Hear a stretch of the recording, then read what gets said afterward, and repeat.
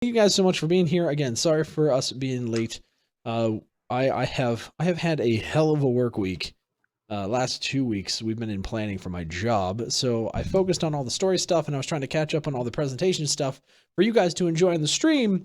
And so, that was the thing, and I was trying to get all that stuff done, and it doesn't really matter. Let's just play some D&D. So Go kill the things. last week, point of order. So I talked a little bit about this, I think last week. I don't know if I made it the announcement here or if I made the announcement on stream. What's up, Slice? But we now have a Dungeon Nytes YouTube channel. It's a completely separate channel from my channel. So if you follow my YouTube, you're going to want to go and follow the separate channel Dungeon Nytes. If you search for it, you'll see there's a couple videos there. Arctech, thank you for gifting this up to Slice. You're amazing. Thank you so much. Yeah, it's all things D&D. There's nothing not D&D that's going to be on that channel. Or I guess maybe tabletop RPG, depending on what we end up doing in the future. But that's all going to be this. So if you guys couldn't tell about me being invested before, I'm very invested. I want to see this be a super long-term thing that I do. I'm really excited about it. And it's a lot of work being a DM, but it's a hell of a lot of fun. And with that being said, one of the things that I'm going to be posting are DM vlogs. So you can see I have the first one is already posted up there, which is just kind of me talking about initial setup and then kind of reactions after how the first session went. Just kind of high level good stuff, but overall amazing. So good things. I also, very soon I'm going to have the Only in Bell's Hell. They were actually already uploaded. I just haven't published them yet. So if you want to go back and watch the Only in Bell's Hell sessions that we did, those are going to be there. What up, E-Rock? Those are going to be there very soon, probably tomorrow, depending on how much time I get to do that. So all that stuff coming. But yeah, so go check out the Dungeon Nytes YouTube channel. Sub to it. Love it. I appreciate you. Thank you. What else? I have set up an Anchor account, which is a podcast account, and I will be posting audio to that probably sometime this week for our sessions. So if you prefer or can't watch YouTube and you want to go get the audio format, hopefully we'll have that up on all the regular podcast places soon as well. So I will keep you guys abreast of all the things that are happening. Yes. I'll keep your breath. I was keeping abreast also before this started, which is another reason I was running behind, and I'm okay with that. Sorry. Anywho, so let's talk about all the stuffs that have kind of been happening. Last session we started off the Lost Mines of Phandalin, and our party. Yo, Arctic! Thank you. I know, Ben, I'm sorry. It's the life. It's the life, man. It's a good thing that I'm always behind because it means that I am constantly busy, and that's a good way to be. Thank you so much, though, Arctic, for gifting subs, man. I'll be ignoring you guys soon. And again, if you guys are here and you haven't been here last week, we do ignore chat completely outright. Well, actually, you guys were typing to people last time. Yeah. I completely ignore you outright because if I look at you, I'll be distracted, and I have to stay in the DM zone. So we're old hats. So yeah, occasionally. Speaking of which, I don't have my DM screen set up. What am I doing? It's my life right now. It's a good thing that doesn't take long to set up. But yeah, so last we met, we were a band of randoms that had agreed to run an escort mission for one Gundren Rockseeker, a owner and adventurer who said, "Hey, I have a wagon for you to need to go to this little pissant town called Phandalin." Tim, thank you so much for the raid. Appreciate you, bud. But yeah, so had us go to this pissant town of Phandalin or Phandalin. And we were like, why do we need to go to Phandalin? It's like, well, because I got something cool that I want to teach you guys. And on our way to Phandalin, the action got real hot, where we were ambushed by some goblins who had abducted Gundren and his warrior escort, Sildar. Suck. Much suck. So then the party was able to clear out this goblin hideout, rescue Sildar, and basically take a nice long rest. And then we woke up the next morning and had a nice little conversation with Sildar. Now, over the course of the evening, everybody leveled up. Yay! Ding! Much leveling happened. Happy things all around. So, what I wanted to do is I wanted to talk to you guys a little bit about your levels as we went. And a couple of you guys are going to be a little more mysterious than others. But let's talk with you, Corrupt. You wake up the morning after this long rest, and you have leveled up. How do you feel? After a good, long, hard battle, he just feels like he had a really good workout. He just feels stronger. He also realized that he doesn't have to worry about defense as much because he has people like Tiny Leaf Lady, or Asteria, as her name actually is, to heal him. So he's going to be a little more reckless and just attack more and worry less about defense. Being reckless is always a good way to be. Mr. Bamir, you woke up. How are you finding the morning? Well, Bamir took all of that experience in, and he is just gaining inspiration for new songs, and it just overwhelms him how awesome he is at just about every single thing that he does. And that's just contributing loads to his ability to help the party. You are such a bard.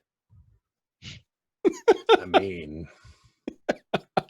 He is so good at everything. Mr. Ashin, Like, how is everything? Oh, whoop. If, the problem with being better than everybody else is that people tend to think you're pretentious. So, I wonder why. It happens. It does happen. So, Mr. Ashin, how did that work out for you? I almost lost her. Mm. And that did not leave me feeling very good as the night came to a close. I was pretty angry with myself. Relieved that she was saved. But I can't lose focus anymore. So I went into my trance that night, focusing on the fact that I can't afford to lose focus and make mistakes, because bad things happen, and I can't lose her. I can't afford to lose her. Mm-hmm. So in the process of my trance state, I have learned that I will shoot truer with my bow, and nothing is going to keep me from my quarry. Sounds like you've gained a hunter's mark. Indeed. And Mr. Leif, how are you feeling? Well, I pretty much just feel the same. Well, that's anticlimactic. That's currently where we're at, aren't we? It is kind of where we're at. So Leif wakes up feeling very much the same about everything. Oh well, it is what it is. All right, and that would bring us to one additional character. one party member, Miss Asteria. So, Asteria, I know that you were keeping watch in the evening. Tell me a little bit about that watch. During the watch, it was rather uneventful, but since she almost died, she felt the need to kind of meditate and try to communicate with her goddess as what should she do? Because she's in a new land and she doesn't want to die far away from home. Right. So as you're meditating, and it's actually, is it like a prayer? Is that how you commune with your goddess? Is more of a prayer? Or is it just kind of like the byproduct of the trance? It's a byproduct of the trance because she's so in tune with nature. Her mind just goes. Okay. So as you are in your meditative state, you hear and feel energy call out to you. Asteria, Asteria, hear me.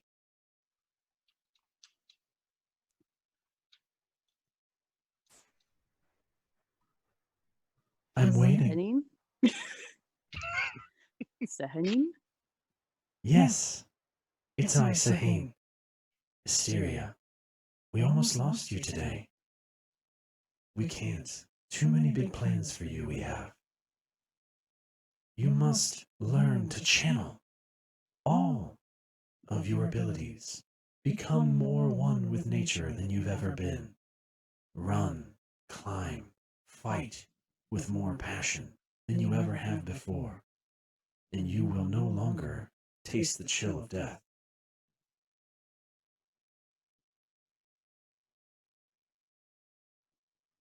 And with that, you go from feeling this state of kind of bewilderment into a state of utter calm, and a vision comes to your eyes of you running through the forest.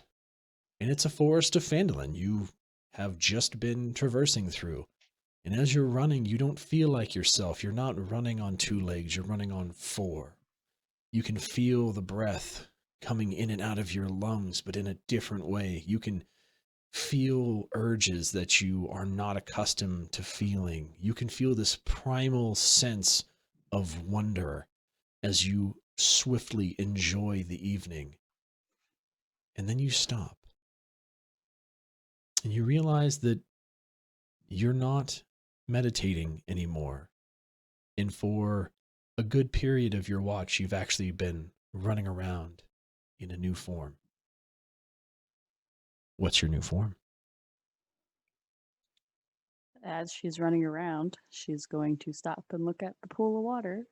And she is in the form of a bright green direwolf. She kind of just cocks her head and looks at the water. And realizing that she's no longer meditating, she travels back to the party.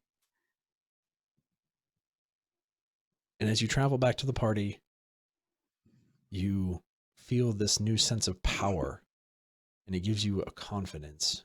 And you go over to Ashin, who's still sleeping or meditating as part of his due, and you lay next to him. And as you do, your form goes from direwolf back to elf, and you just quietly lay there, and no one in the party is any the wiser.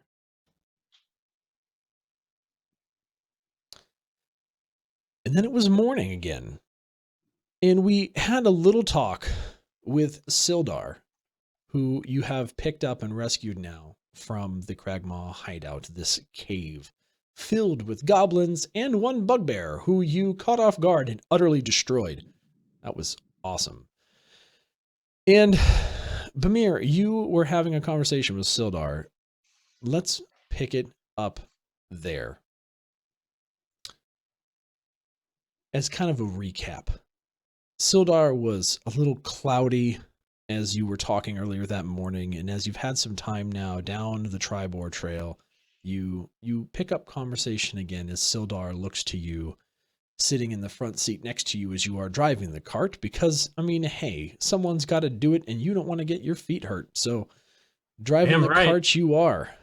And Sildar looks over to you. My friend, I apologize for this morning. I feel like I was still feeling the effects of being captive for so long. It's understandable. I did want to share with you and the group some more information in a bit more detail than I had before. So,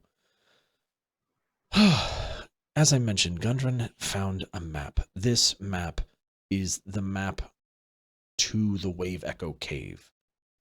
Long ago, Phandalin was not Phandalin, it was Phandelver, and Phandalin now rests on the foundations of what was left after bands of orcs came through hundreds of years ago and destroyed this place.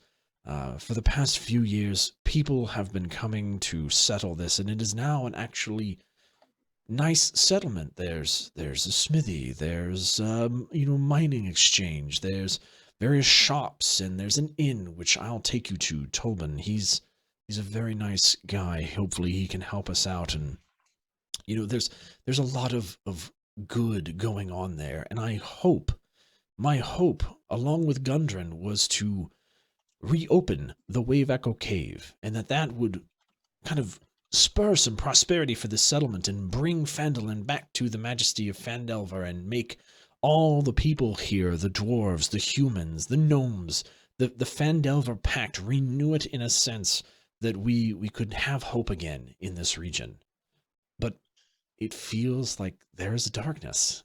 I was captive and I've pieced things together, and I heard the goblins talking about a king Grohl, and him serving someone else in a pact where the goblins were going to be taken care of in some kind of mischievous way. The King Grohl, as I understand, is somewhere in a Cragmaw castle, and I don't know where that is. And I'm sure of it that there's going to be someone in Phandalin that's going to know where this is. But I can't for the life of me recall if there was more detail than that. That being said, if we can get there, if we can contact some of my friends, I know that we will be put in a place to where we'll be able to find where this was and be able to locate Gundren and hopefully get back Gundren, get back the map, and pursue his dream of doing that. In fact, we can reach out to the two of Gundren's brothers who have been in town. No doubt they will want to know of his abduction, and they will hasten to his rescue. So as we get there, I will probably be making some introductions for you to a couple people in town, and then I'm going to take my leave for a bit and see what information I can surmise about Gundren's brothers and various happenings in town, and see if I can learn more about Cragmaw Castle. I know that was a lot of information, but it all kind of came to me all at once. That would be most helpful if we can. Obviously, we would love to find Gundren because he is the one that's going to pay us, and I find that that's very important to me. Getting paid. Agreed. And yes, the existence of this King Grohl is slightly worrying, and I feel like it would need somebody of my caliber, and maybe these other folks too, to be able to take care of this situation. As the group has heard this, is there anyone else that wants to ask questions of Sildar as you're traveling down the road?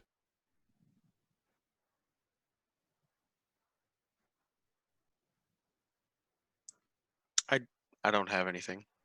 I don't have anything either. All right.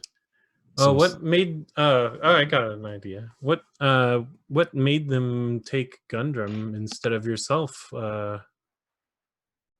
Did they? I guess find the mapper. Yeah, I mean, Gundren had the map. I didn't, in fact, see the map, so Gundren was very protective about it, and obviously that he was correct in being this way. I really have just been here as an escort for Gundren. I knew of what his purpose was, and I've wanted to aid him, but I was not to a point where I knew of the location of the map. So my assumption is that they took Gundren and the map for further questioning and to ascertain where this cave is for their own dark purposes. Well, hopefully we can find more information about where he is so that we can retrieve this map. And as Sildar kind of looks over to you and gives you a nod and kind of leans back and groans a bit as his ribs are still bruised from the beating that he's taken over the past couple days. And as you travel down the trail, the Tribord Trail, and make your way to Phandalin, it's a quiet trip, but it's a nice day, and you arrive there around noon. And as you're approaching Phandalin, a woman comes to greet you. And she stops the cart. And she says, hello. A moment of your time, please. Are you perhaps the party from Gundren? Where's Gundren? Is this Gundren's party? Yes, we have traveled here at the request of Gundren, and this is his bodyguard Sildar. We are actually still looking for Gundren ourselves. Pardon? Gundren has been captured. Captured? Yes. And she looks over at Sildar, knowing who he is because he has frequented the town before. Sildar, how did you let Gundren be taken?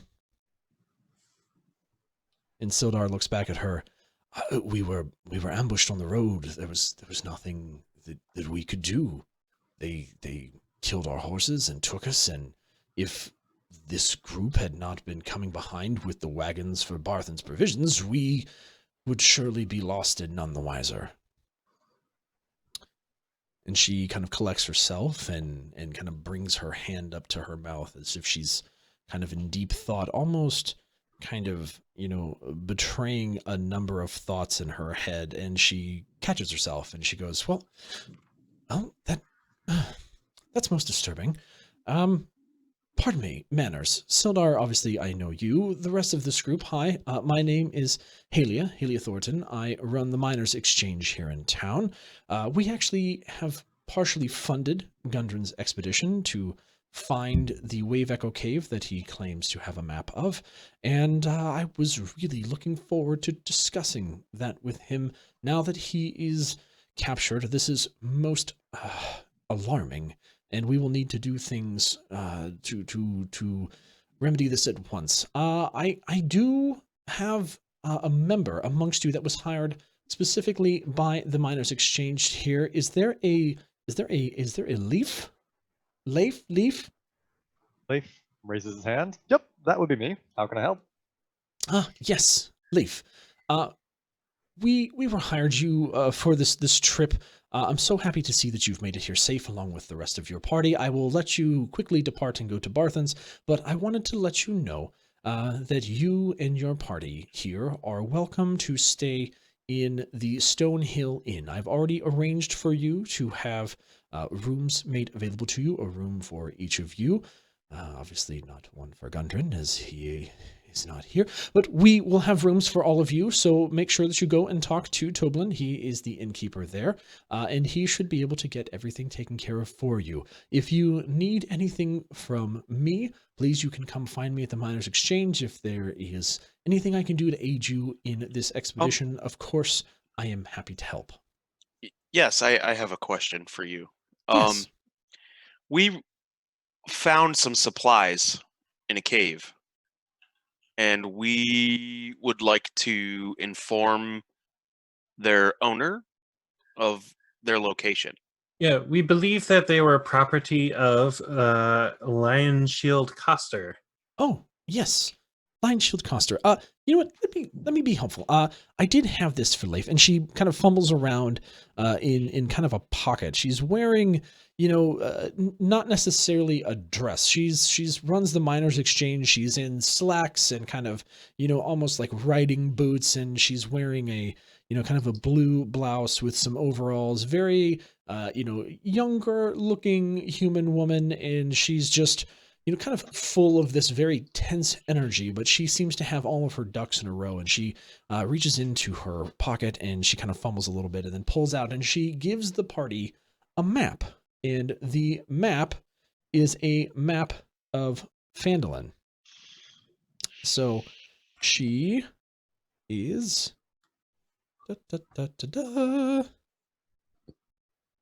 As I try to grab this here...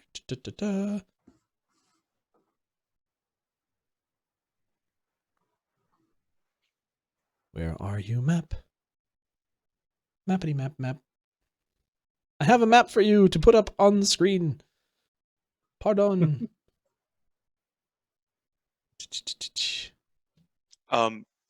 I'll and she hands I'll you a take the map. map. She basically hands you a map, and the map gives you a location of every major point in the city. It details where the inn is, where Barthen's Provisions, where you're supposed to be taking your goods are. It shows you where the Lion Shield Coster is, amongst a number of other hot points in the area.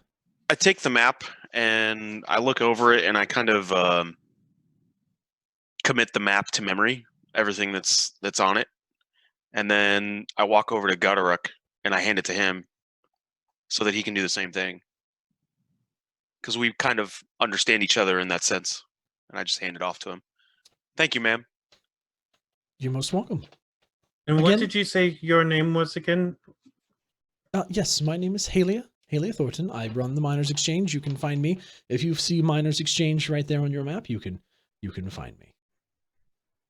I'm there pretty much all hours of the day. I live there as well. Okay. And with that, I do have business to attend to. Is there anything else? Is there anything that we should know about the town before we enter it? Well, there is one small matter. I would be cautious. There is a group in town, the Red Brands. They are a group of upstarts that are making my life a bit difficult, but that's not your problem. They are a bit shorter tempered than most, and I would consider keeping your distance if I were you, if you did not want to start trouble. The local townmaster here does not seem eager to deal with them. However, do you feel like maybe he's bought off? Listen, you're new here, and I have a business here. That said, we are out in the open. If you will come visit me a bit later, I think we might be able to have a bit more of a detailed discussion around this topic. Okay, well, I'm interested. Sounds good. You know where to find me. All right. And with that, Halia turns. She has no more times with any questions, and she just quickly hurries off into town. I don't know about you guys, but it might be worthwhile for us to maybe look into that a little bit. Oh, yeah, of course, definitely. I think it might be a good idea too, but maybe a little bit later. We have some things to do first. Right. It sounded like she was very distraught to hear that Gundam was missing, and I feel like she's probably put a fair amount of money into this expedition herself. Well, she does run the Miners Exchange to revive a mine, so it makes sense. Oh, I'm not arguing that at all. I just So, shall we make our way to the Stonehill Inn then? I think that'd be a good place to start. Set everything down, unload the wagon, all of that. Sure. I've got some stuff that we collected off those goblins on the trail to go and offload to, and Well, if we can get to the end, I think we found a safe place to kind of. We've acquired some money that was in a chest in the cave, Yes, we did. and I like money. I think we probably could all use, especially you could use some upgrades on your equipment. So I think I think it'd probably be a good idea to kind of split that up so that we can each buy new things at this provisions place, maybe. Sounds I good. really like things. So Could use a new Let's weapon. do that. So if you take a look at your map, you'll see that the Tribord Trail comes in at the north end of town.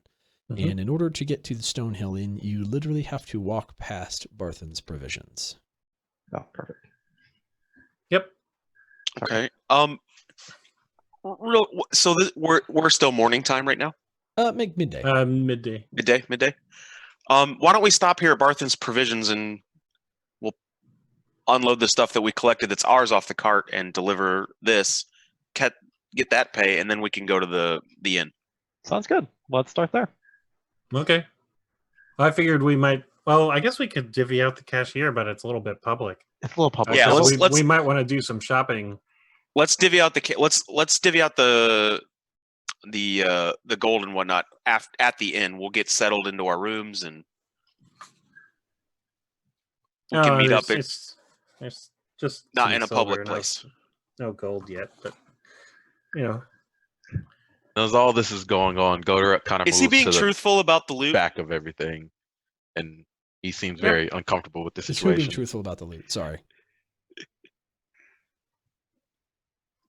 I'm just making sure that he's not hiding the amount of money that we found in the chest. How much was there? I mean, you can roll an insight check if you would like. Sure. I mean, I do you I really will. think that's necessary? The chest Yes. is kind of in the cart. It's not like okay. The chest, You know what? the chest I is wanna sitting open the right ch- next to. I want to open the chest and look inside. I'm Alright. shocked. Did you not trust me? I mean, I don't know you very well. All right. So in well, he did save your wife, so just so everybody, We're not married. You gave me a hug. Yeah, I did. Just so that everybody is on the up and up. You found from Clark's treasure 600 copper pieces, 110 silver pieces, 2 potions of healing, and a jade statuette of a frog with tiny golden orbs for eyes, worth 40 gold pieces. That is small enough to fit in a pocket or a pouch. All right. All right. So, off to Barthen's. Yep.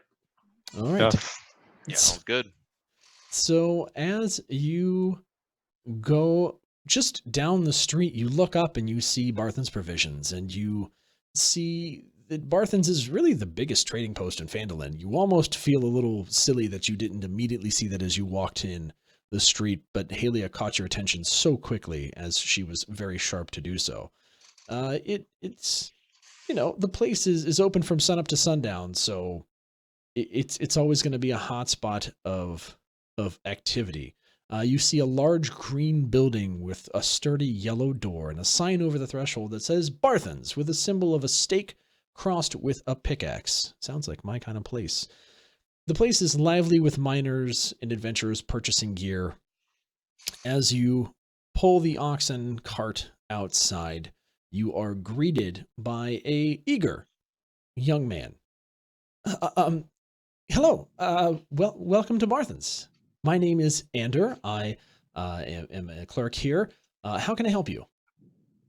We're here to deliver some provisions. Oh, are you the group from Neverwinter? That we are. That we are. Elmer told me about you. Please bring the cart around back so we can offload those provisions. We have been desperately needing those. We are going out of things very quickly. As you can see, it's a very busy town. And I will have Elmar meet you inside. Very good. So you pull the wagon around the back, and Ander starts to unload the provisions. You notice another, kind of average height, brawny, black-haired young man kind of walk out to aid him. He's a bit more brawny, and Ander looks to him and goes, Thistle, come on, we need to get these inside before, Elmar needs these things quickly. Come on, let's go faster. And Thistle just kind of gives him a look like, God, this guy's too eager. And just kind of remains silent and goes about his way. As you head inside, you open up the big yellow door and see these 15-foot high vaulted ceilings that have really sturdy beams, thick enough that you could walk on, basically running the length of the building. There's about 10 aisles that are filled with various provisions and gear, mainly mining gear, and some adventuring gear, with smaller sections of common items and some nook and crannies. You don't see any weapons or armor or anything of the sort, just provisions. Elmar, after a short time, comes out to meet you, and Elmar Barthen is about 50 years old. He's a human male. He's balding, and he's got a lean build, and he's kind of a kindly manner, and he walks over to you. Hi. I'm Elmar. I run Barthen's here. I hear you're the group that has brought the provisions from Neverwinter. Thank you so very much. Where is Gundren? He was supposed to come ahead. I didn't see him yet. Gundren has been delayed. He has he's been slightly detained, and we're going to seek him out at our earliest availability. Oh, well, that's unfortunate. But we have brought the provisions that you have ordered from Neverwinter. Yes. Ander and Thistle already have that unloaded off the wagon.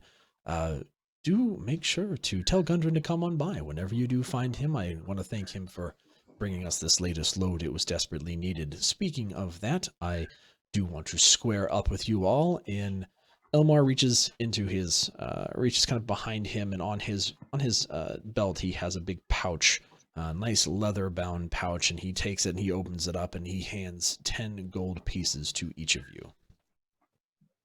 Oh, very good, sir. Thank you very much, sir. Take care of your payment there. If there's anything that you need from Barthens, I am happy to accommodate you. Maybe even at a deal. There's not often friends of Gundren come by, and happy to help. I did have a quick question.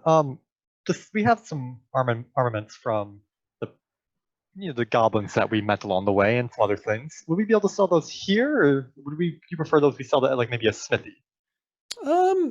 If you really have arms to sell, the best place to go would be to talk to Lenine Greywind. She is over at the Line Shield Coster.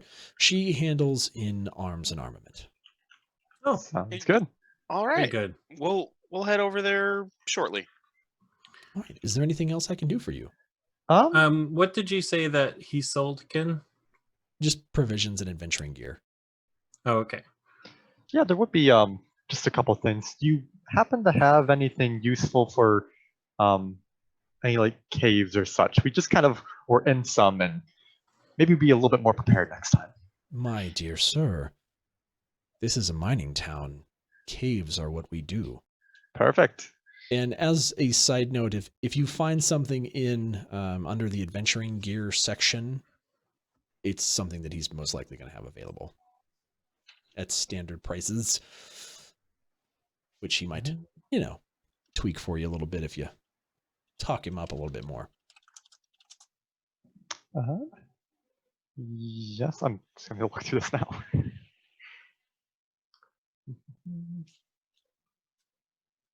Keep in mind, it's midday. You have all the rest of the day to come back if you need to. Actually, I would like to buy 20 arrows from you. Again, arrows are not what we do here. Unfortunately, you would. They're need in to the go talk adventuring gear section. Most everything you can find in the adventuring gear section. Arms and armament, sir. Elf are with Lenine Greywind at the Line Shield Coster. Okay. I have no doubt she will be able to take care of you. Well, besides that, I see you may have some chalk available. Could just a piece of chalk for everybody here. Sure. Mhm. So that's Always a good adventuring tool. gotta have some chalk. Mm-hmm. Ah, yes, I do have some chalk over here on the shelf, and he kind of runs over and picks out a few pieces of nice thick chalk and hands them over to you. Yes? Is there anything else? Besides, anything else from anyone else? I am still trying to find the adventuring gear. So it's in chapter 5. Do you want equipment. some Bamir, do you want some paper? If there's, I've got some, but if there's some available, I might acquire a few more sheets, just to be on the safe side. All right. And, Can I get 5 sheets of paper, please? Sure, 5 sheets of paper. I can buy my own paper. I wanted my own. Oh, good. I will also buy some paper. How much paper? I will also take another 5 sheets. that's 2 silver pieces per sheet, by the way. Yeah. Okay. Well, I mean, for friends of Gundram, I'm sure that there's an arrangement we could come to. Would you perhaps be willing to sell me 6 sheets of paper for the gold piece? I was going to kind of surprise you at the end, but why not now? I'm pretty much anything that you want from the store. Just, take 20% off. Oh, very good, sir. Very good. Thank you very much. The only thing that I would really need is just a closed container or flask of just for water. Sure. We have let's see. I know we have a jug. That probably won't do that.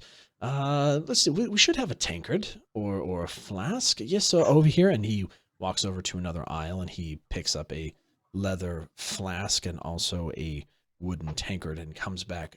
Would either of these meet your needs? Well, I'm not the most mining experience, but wood is probably better if we were in a cave of some sort. I'd rather the person be a little bit sturdy, just isn't going to break on me or shatter. Sure. I assume the leather one might be a little bit better, especially for carrying wise. Well, a tankard's pretty much like it's not exactly. He's probably looking for a water skin. Yeah, that's what I mean. Like you might want to have a flask, potentially a water skin. A tankard's more of like a big old cup. Yep, with no lid, really. Yeah.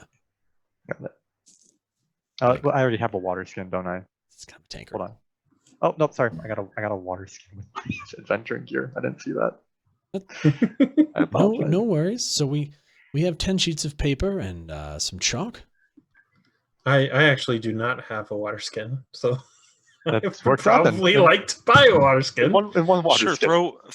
throw one of those in there too. And I'd also probably like to buy this very handy looking backpack. Very handy looking backpack. You don't have a pack? No, I just kind of have all this stuff in my scroll case here, or my case. All right. And my crossbow bolts, but and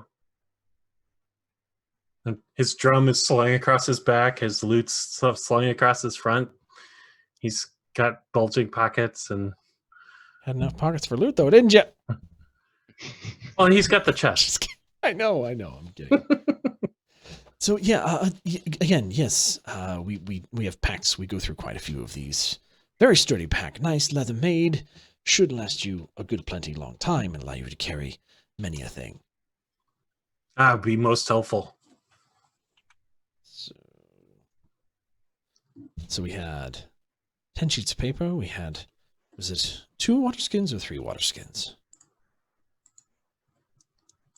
Did anyone need one besides the mirror? I have one. Ashin said 1. Do you what? You wanted a water skin, correct? I think I already have one. Oh, Okay, so just one then, just for the mirror.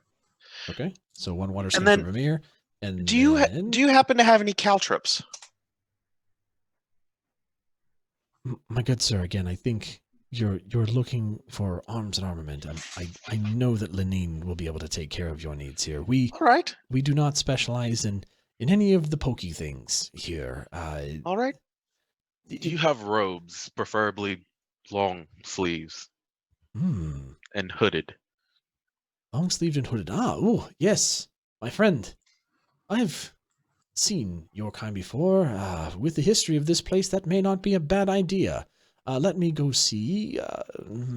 Typically, we are dealing with more, trousers and things of the such, but let me go see if I can find some robes in the back. And he kind of hurries off in the back, and he comes and kind of brings out to you a paper kind of package that's all neatly wrapped, and you can see on the package as he hands it to you, it just has common for robe and then XXXL written on it, and says, I hope these will fit. These are the largest ones we had in the back. I hope that they will work. If they do not, please come back and see me, and we'll make sure to take care of you. He just takes them from him really quick and starts throwing it on to cover up because he feels like people are watching him. Well, it looks like they fit. Would you happen to have like a cloak? A cloak? Let me go back here and see. I was just back there. I do believe I did see something around that. Let me go back here. No, apologies. The robes were all we had. All right, thank you. I apologize. I feel like I'm not being very helpful to you. No, you're perfectly fine. What's the total of everything? looking at Ashin. Godoruk pulls out of his pack or whatever. He does have a cloak that would not fit him whatsoever, and just kind of tosses it at him, like, save your money. All right, I take it and I put it on. I would also like to acquire a bedroll if you have one. Yes, bedrolls, and literally just points right next to him in the aisle, and you can see that there's like a big stack of bedrolls just right there. Okay. This, and he grabs one off the shelf and hands it to you. Fine bedroll, very comfy, very warm, finest wool that we have available. You're not allergic, are you? No, of course not. Oh, okay, good. I'm allergic to sleeping on hard ground. Aren't I we found. all? This back of mine. What is Can't this do it sleep like the that young you talk? days. What is this sleep you speak of? Not all of us are, super special elves. And he just kind of gives you a little bit of a side eye, kind of like a, okay. I quickly just interject. So how much does everything cost? Well, let's see here. So we had 2 gold pieces here, 5 copper, 12 silver pieces, 20% discount. And damn you all for making me have to do this math. I did that wrong. Don't think we're done yet. You say, is there anything else that you guys need? Not from this store. No, yeah, I know. You bastards. No, Ashin actually says that. Oh, not from this store. Again, there's many stores in town. This place has been thriving as of late. Business has been good, aside from the occasional bit of trouble here and there. But, overall, guess we can't complain too much. Phandalin is on its way to becoming a big spot on the map again. I'm glad to hear that things are going well. Let's see. And he kind of gives you a look at the well where he just kind of gives like a, yep. And so I'm going to go and total this. And so he goes back behind the counter and he, aka me, now goes to try and figure out how much the hell all of this actually is. What was the total for each? I know it's multiples of like 10, but it's it's 5 copper pieces, 2 gold pieces, and 12 silver pieces. So three gold pieces, 2 silver. All right. How about we just call? So he walks back over. So Ashin throws 4 gold pieces on the counter and says, "Here you go. Thank you for your trouble." And Elmar looks and goes, "Oh, why, thank you. However, I must say that you have overpaid." And he hands one of those back to you. I 20% insist. discount, remember? I insist. Well, I'll take that from our more frugal friend here. You will not. so as this battle ensues, Elmar just is kind of looking back do between not- the two. He's like Do trying not to like lick half a smile. gift horse in the mouth, my friend. There will be other times to show your generosity. I grab Bamir's hand and just give him a look. Like, I'm trying to get out of here. Can we not right now? Leif just has the most awkward smile on his face as it ensues. Fine, if you insist to throw away your gold, I very much appreciate you paying for this. So Elmar very awkwardly now kind of goes, Mr. Elf, I did not catch your name, but thank you so very much for your generosity and for your patronage. I do hope that if there's anything else you need, adventuring gear-wise, you come back and I will be able to take care of you. And thank you once again to the group for escorting our provisions here as well. And do make sure that if Gundren comes by, or you find Gundren, rather, make sure you tell him to come by so I can thank him for making this trip with these provisions. We will make sure to let him know. Thank you for all the help. Mm-hmm.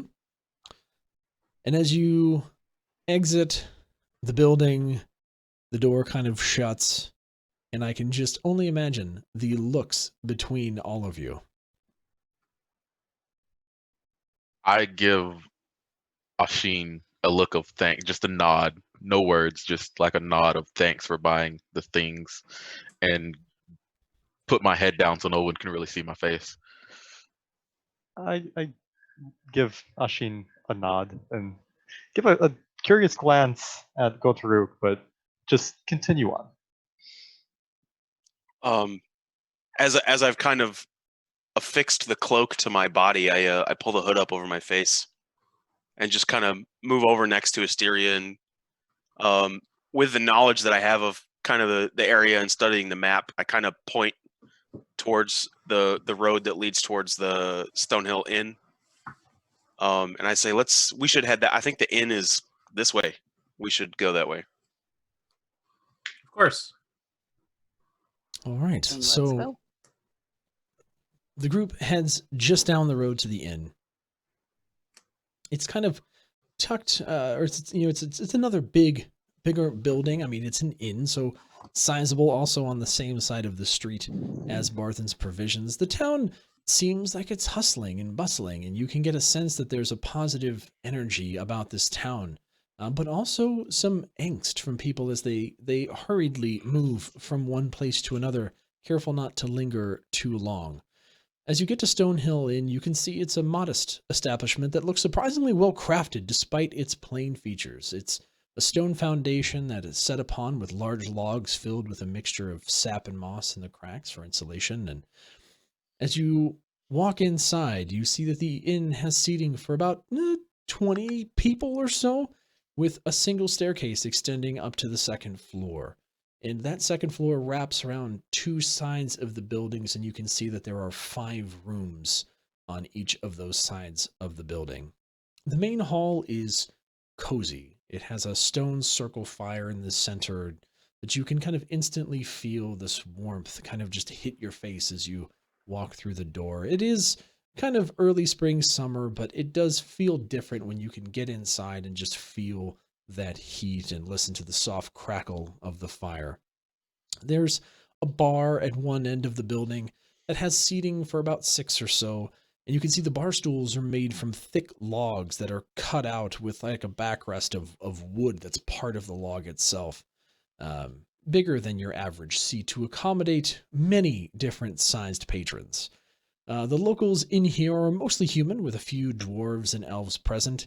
Everyone seems to be getting along, though it seems there's not a shortage of gossip to be heard if one were to listen closely. Are the elves in the room speaking in Elven? As you look around, you do. 1 second here. No, you do not hear anybody. Everybody is speaking in common. Okay. I immediately, as we go in, just find the least occupied corner and shove myself there and keep my head down. Okay. I'd like to kind of approach the innkeep or barkeep and Sure. inquire about the party's rooms. Sure. I accompany Asheen since I was a little bit kind of hired by the miners' exchange for this. So you see. I will also go.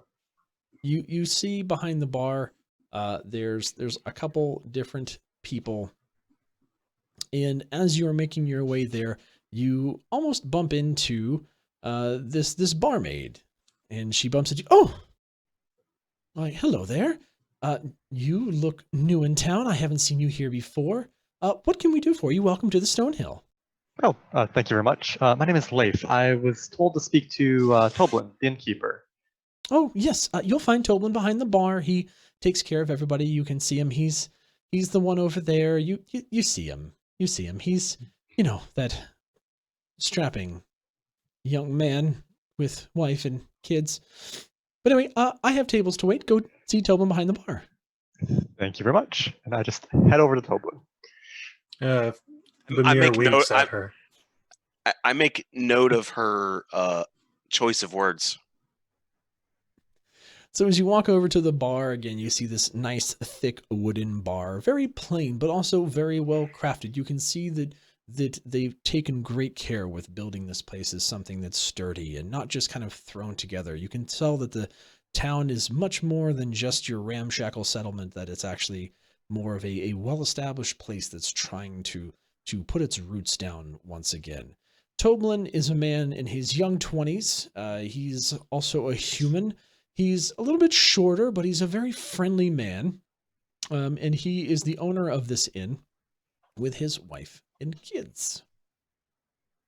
And as you walk up to him, he goes, "Hello there. My name's Toblin, owner of the inn. How can I help you?" Hello, Toblin. My name is Leif. Helia Thornton sent me about the Myers Exchange having hired me for Gundren Rockseeker. Oh, yes, you're with the party, yeah. You have your rooms. If you head up the stairs here, you have the 5 rooms at the top of the stairs off to your right. And you should see that each of them is furnished and ready for you to go. I have no doubt after your journey, you'll be quite tired. And Halia made sure to have everything ready earlier today in anticipation of your arrival. Thank you very much.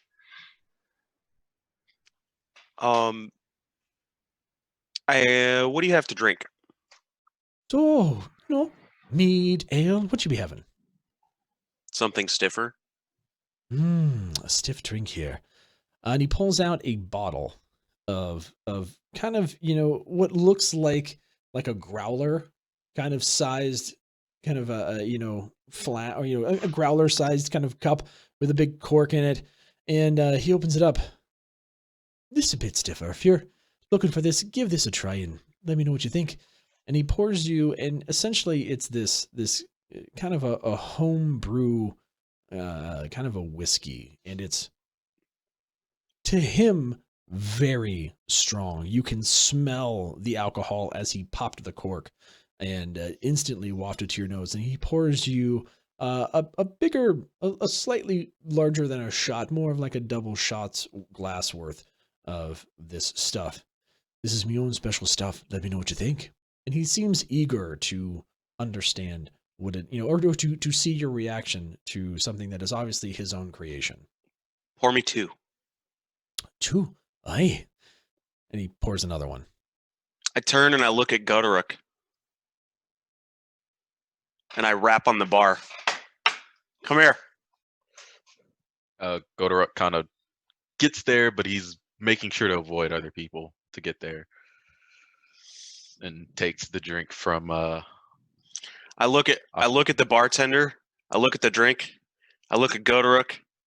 I look at the bartender. Sloicha, and I drink it. I drink it as well. I react poorly, very poorly. You can see Godoruk kind of stomach curdles, and you hear, and his face is turns a little less pale green than his pale green already is, and doesn't look like he's feeling the greatest. Utters something in orc and walks off.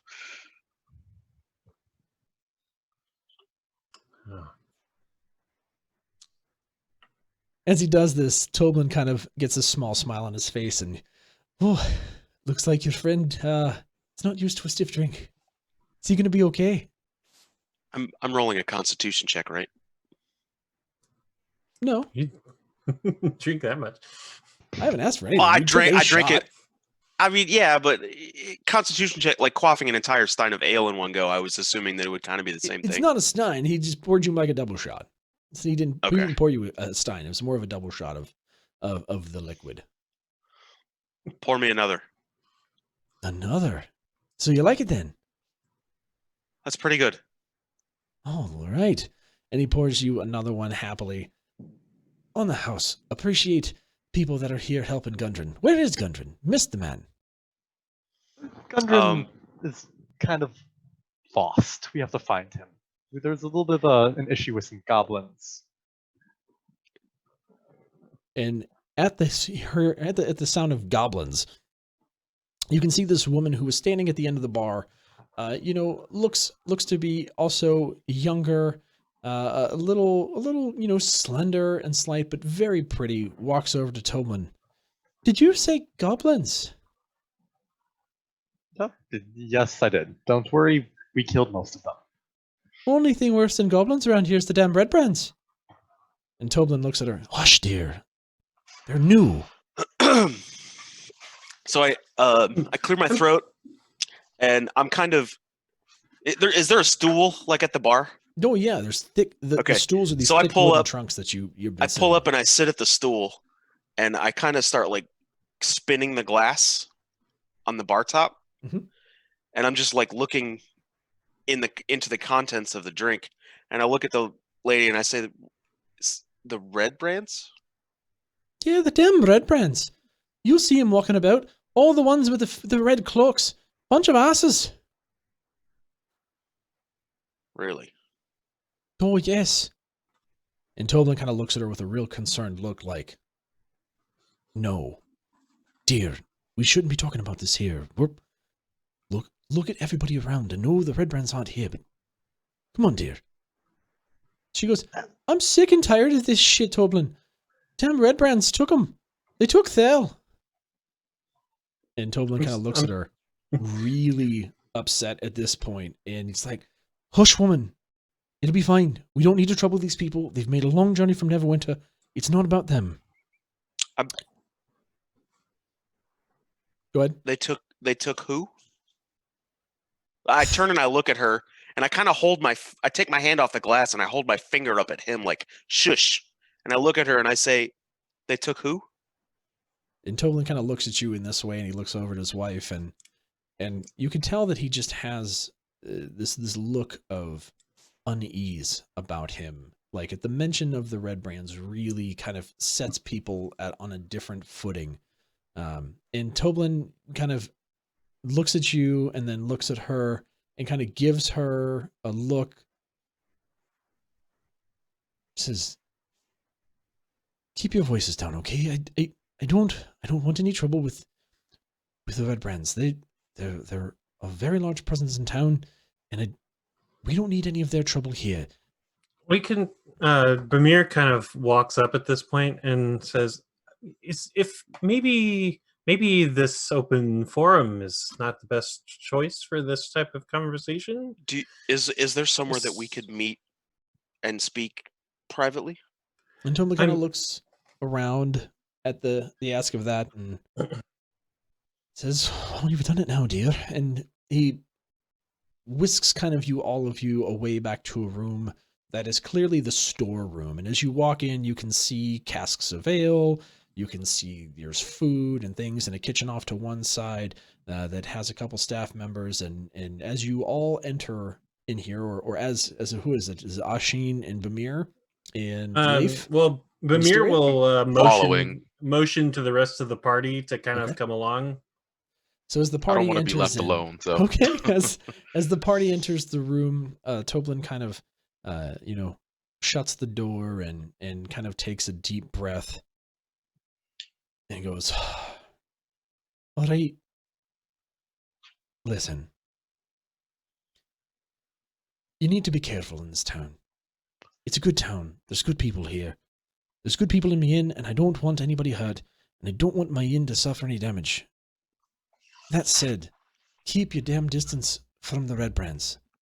If you see Okay. them running around with How the you- red cloaks, they're nothing but trouble. They harass the store owners here, but the damn town master won't do anything about it. He's a bit of a shill."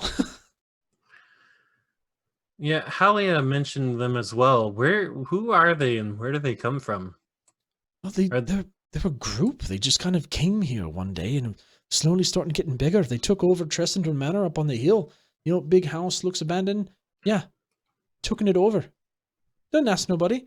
Just kind of took it over. I mean, I guess we all kind of took over this town as we came in, but damn, they took over the whole manor and they use it as some kind of base. And at the sound of that, his you can see this little head pop out of one of the barrels, and it's his son. And Toblin looks over. "Pip! What in the hells are you doing in here? Thought I told you to stay out of the storeroom." He goes, "Oh, come on, Dad. I know about the manor. I know about the manor. What do you know about the manor, boy? Carp told me. He said he saw Red Brands coming in out of a secret tunnel." "Oh, hush your tales, boy. Keep quiet." And Pip kind of like pushes him. You kind of pushes Pip down back into the barrel. Apologize about my secret- son. No, I'm quite interested now. No, he's always talking about flights of fancy and making up more things about the Red Brands than there should be. It's a whole bunch of nonsense. He and the other kids are always spying on him like it's some kind of game. One of these days, these kids are going to get hurt, and there's nothing we're going to be able to do about it. Well, I won't. I'm not going to suffer any children to be hurt. And with that, he goes, "Lad," and Pip kind of pops back up. "Yes, Dad. Are these big games? Or are you telling the truth?" "It wasn't me, Dad. It was Carp. It was Colleen's boy." And at that, Toblin kind of looks up and goes, "Well, if it was Carp said it, it might make sense." And he kind of takes a minute to process everything that his son is telling him. He looks over at you again and goes, "Carp is the boy of Colleen Alderleaf. She runs Alderleaf Farm. If you look over towards the edge of town, towards Tressenden Manor up on the hill, hers is a farm that's right next to it. If there was anything to be seen, Carp might have seen something. It might be worth going and talking to Colleen. She's a nice lady and she does know what's going on in town, so if you fancy a chat with her, she's usually over at the farm." Sure. And then I throw the boy a copper piece. "Oh, thank you, sir." And he just like disappears back on the barrel, like super excited. You can hear him just like, "Look at this." And he's like flipping it and playing with it. You can hear the noise, the ding, ding, ding within the barrel. And at that, Alright, you can so- see Trelena, his wife, who has kind of been standing in the background very nervously, waiting kind of her turn as to see what Toblin was going to tell you. She goes, "That's not all, dear. I talked about Thel. They took Thel. Who is And- this Thel that you're speaking of? Thel's the local woodcarver. And I don't think they just took Thel. I went by this morning because the Red Brands were giving Thel some hell over the past couple of days, and I was looking for his wife, and I couldn't find him. I think them damn Red Brands took him too.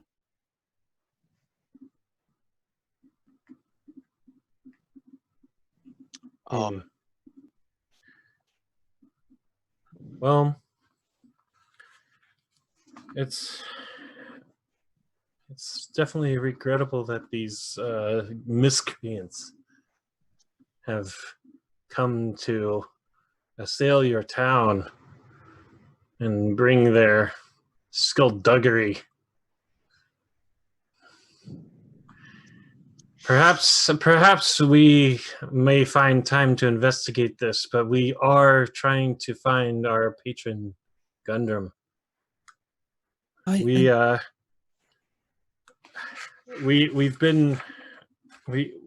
Silder said that he was going to contact his friends here and see if he could find any information. But we believe that he might have been taken to a place called Cragmore Castle. Have either of you ever heard of that? Cragmore? I don't know. I haven't heard anything about that. I know of the Cragmore goblins that are always raiding the roads around here. Oh. Yeah, we've taken care of many of them, and I pull out my little string of goblin ears, and I Don't show that to her. This is a proper lady. Oh, don't you worry about that, sir. Any good goblin's a dead goblin in my book. Good on you. Right. So I guess if we knew where these goblins were coming from, that might be where the castle is. Perhaps you might need to ask around in town. There's a lot of people that know. I don't know. I mean, there might even be some people in the Stonehill Inn that might know. all right. Good to think. Well, we'll let you get back to work then, if you wouldn't mind giving us just a moment to kind of talk amongst ourselves back here. And Toblin kind of takes his wife and he ushers her out of the room and like, Don't forget the kid. yeah, no, he kind of takes a step and then steps back and pops open the barrel, and you can see with one arm kind of lifts Pip out of the barrel there and just kind of gives him a smack on the ass. I say, Dad, no. Yeah, exactly. Gives him a little smack on the ass and tells him to get out of here, and you can see Pip kind of scurry off outside of the inn and shuts the door, allowing you guys to have some privacy. Okay, then. Looks like there's no shortage of things that we could do here. It's worth saying that while we definitely don't know the people of this town, if we assist them with this problem, it may benefit us in the long run. I While would we're tend to helping agree with that. People, however, Gundren is in a castle somewhere, and that's more important right now. The quicker we I get would- back on the road, the better. I would tend to agree. But I can't believe I'm saying this, but I think we need to have an order to what we're doing instead of just wandering around aimlessly, which I'm all for usually. But let's So figure out where we need to go first and then kind of go from there. I know why don't have- we Yes. take a moment to divvy out the rest of the yes, since we're in private here, he pulls the cask out, or the chest out from under his arm where he's been carrying it, and sets it on top of a barrel, opens it up, and starts counting out money for everybody. You don't remember, you have a pack now. Yeah, but all the money was in a chest. True, in the chest. True. So he's, pulling the chest out and starts divvying it up. Everybody gains, how much gauge was it? 120 copper pieces each, also 22 silver pieces each. The health potions and the jade statuette. I mean, You that's said what they're there. 120 copper and Okay. 22 silver.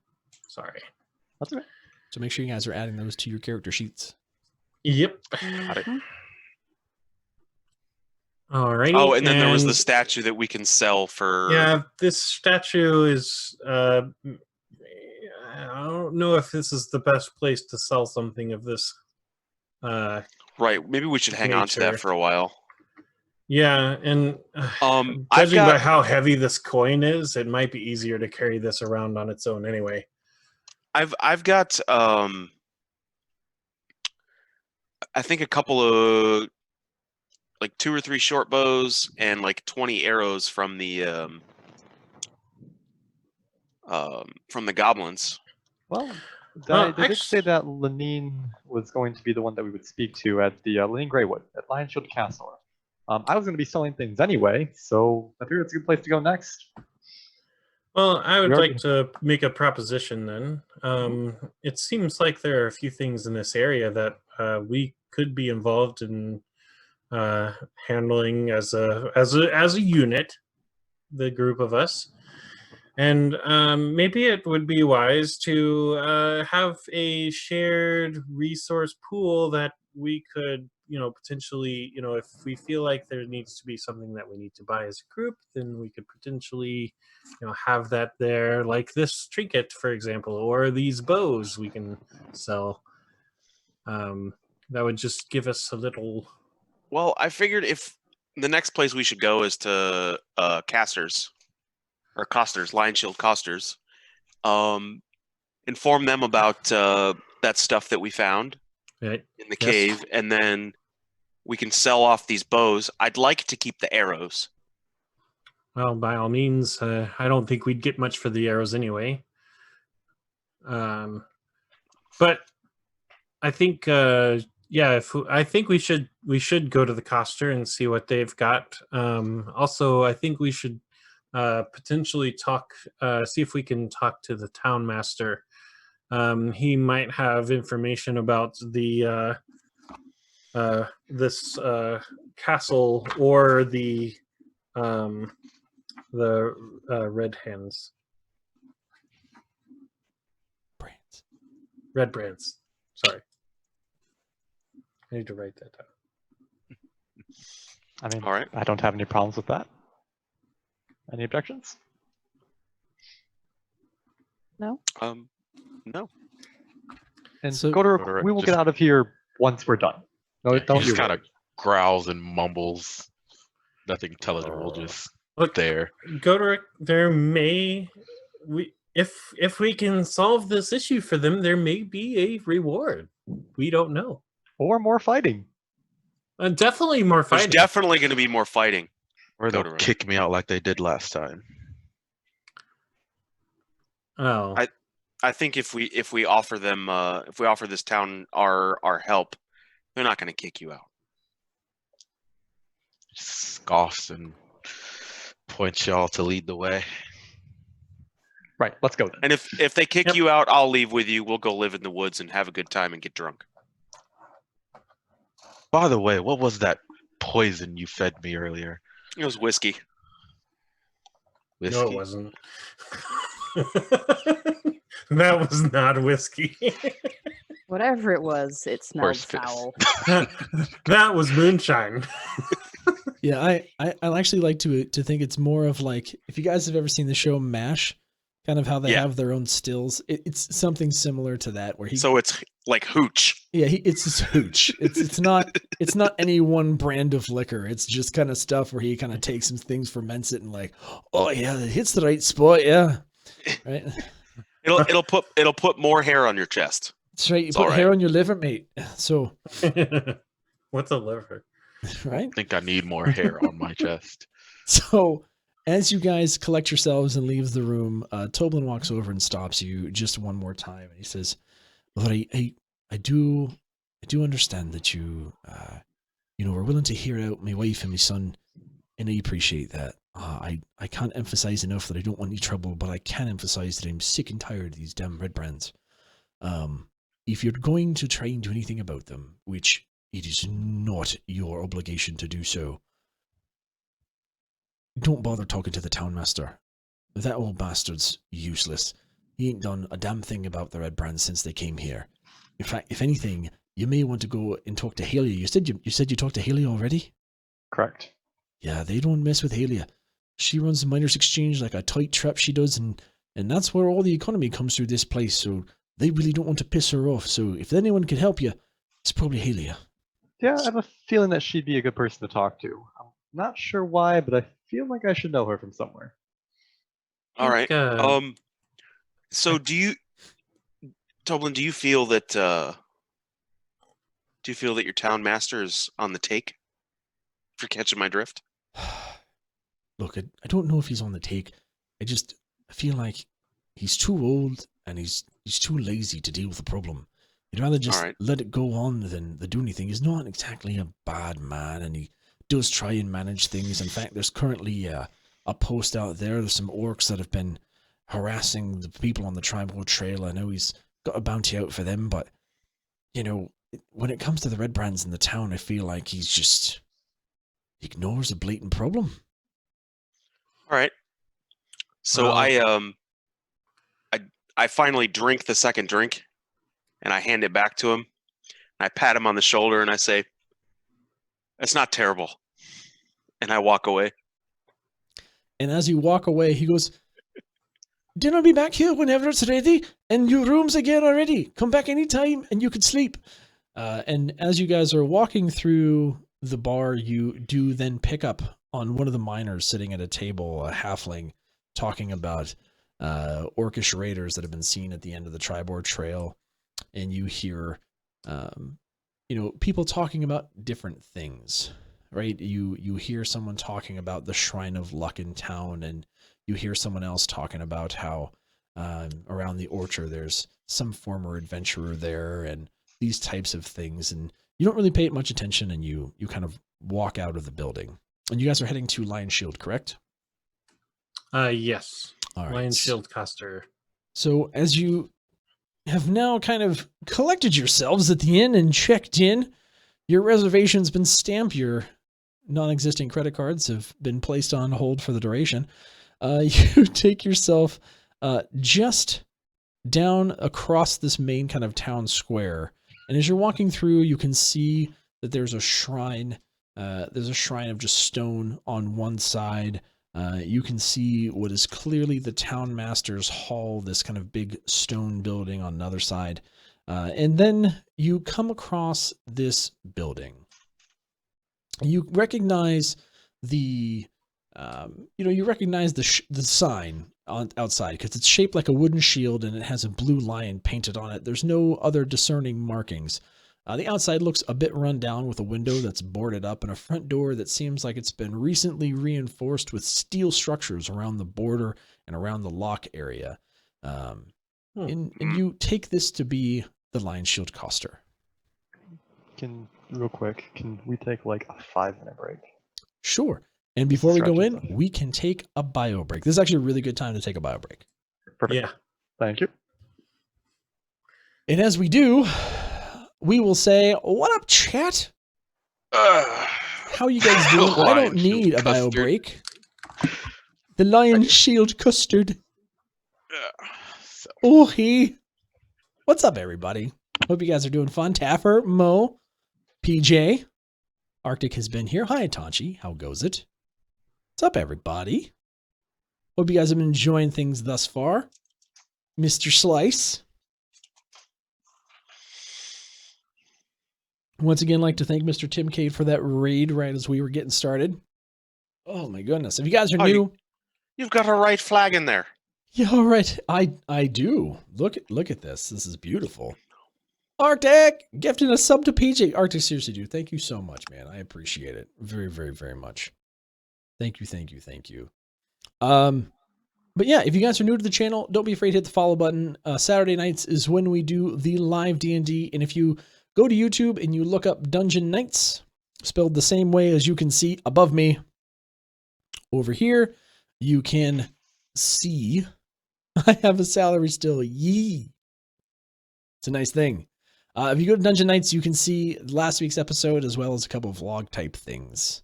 Let's take out equals big savings. No joke, man. No joke. Which one, Smug? I'm doing a lot of random accents. I was like, what accent am I going to give this guy? I've been talking kind of straight for a while. Let's give it a good bit of an English accent. It's fine. And his dearie. Damn it, Toblin. Channel my inner brave there.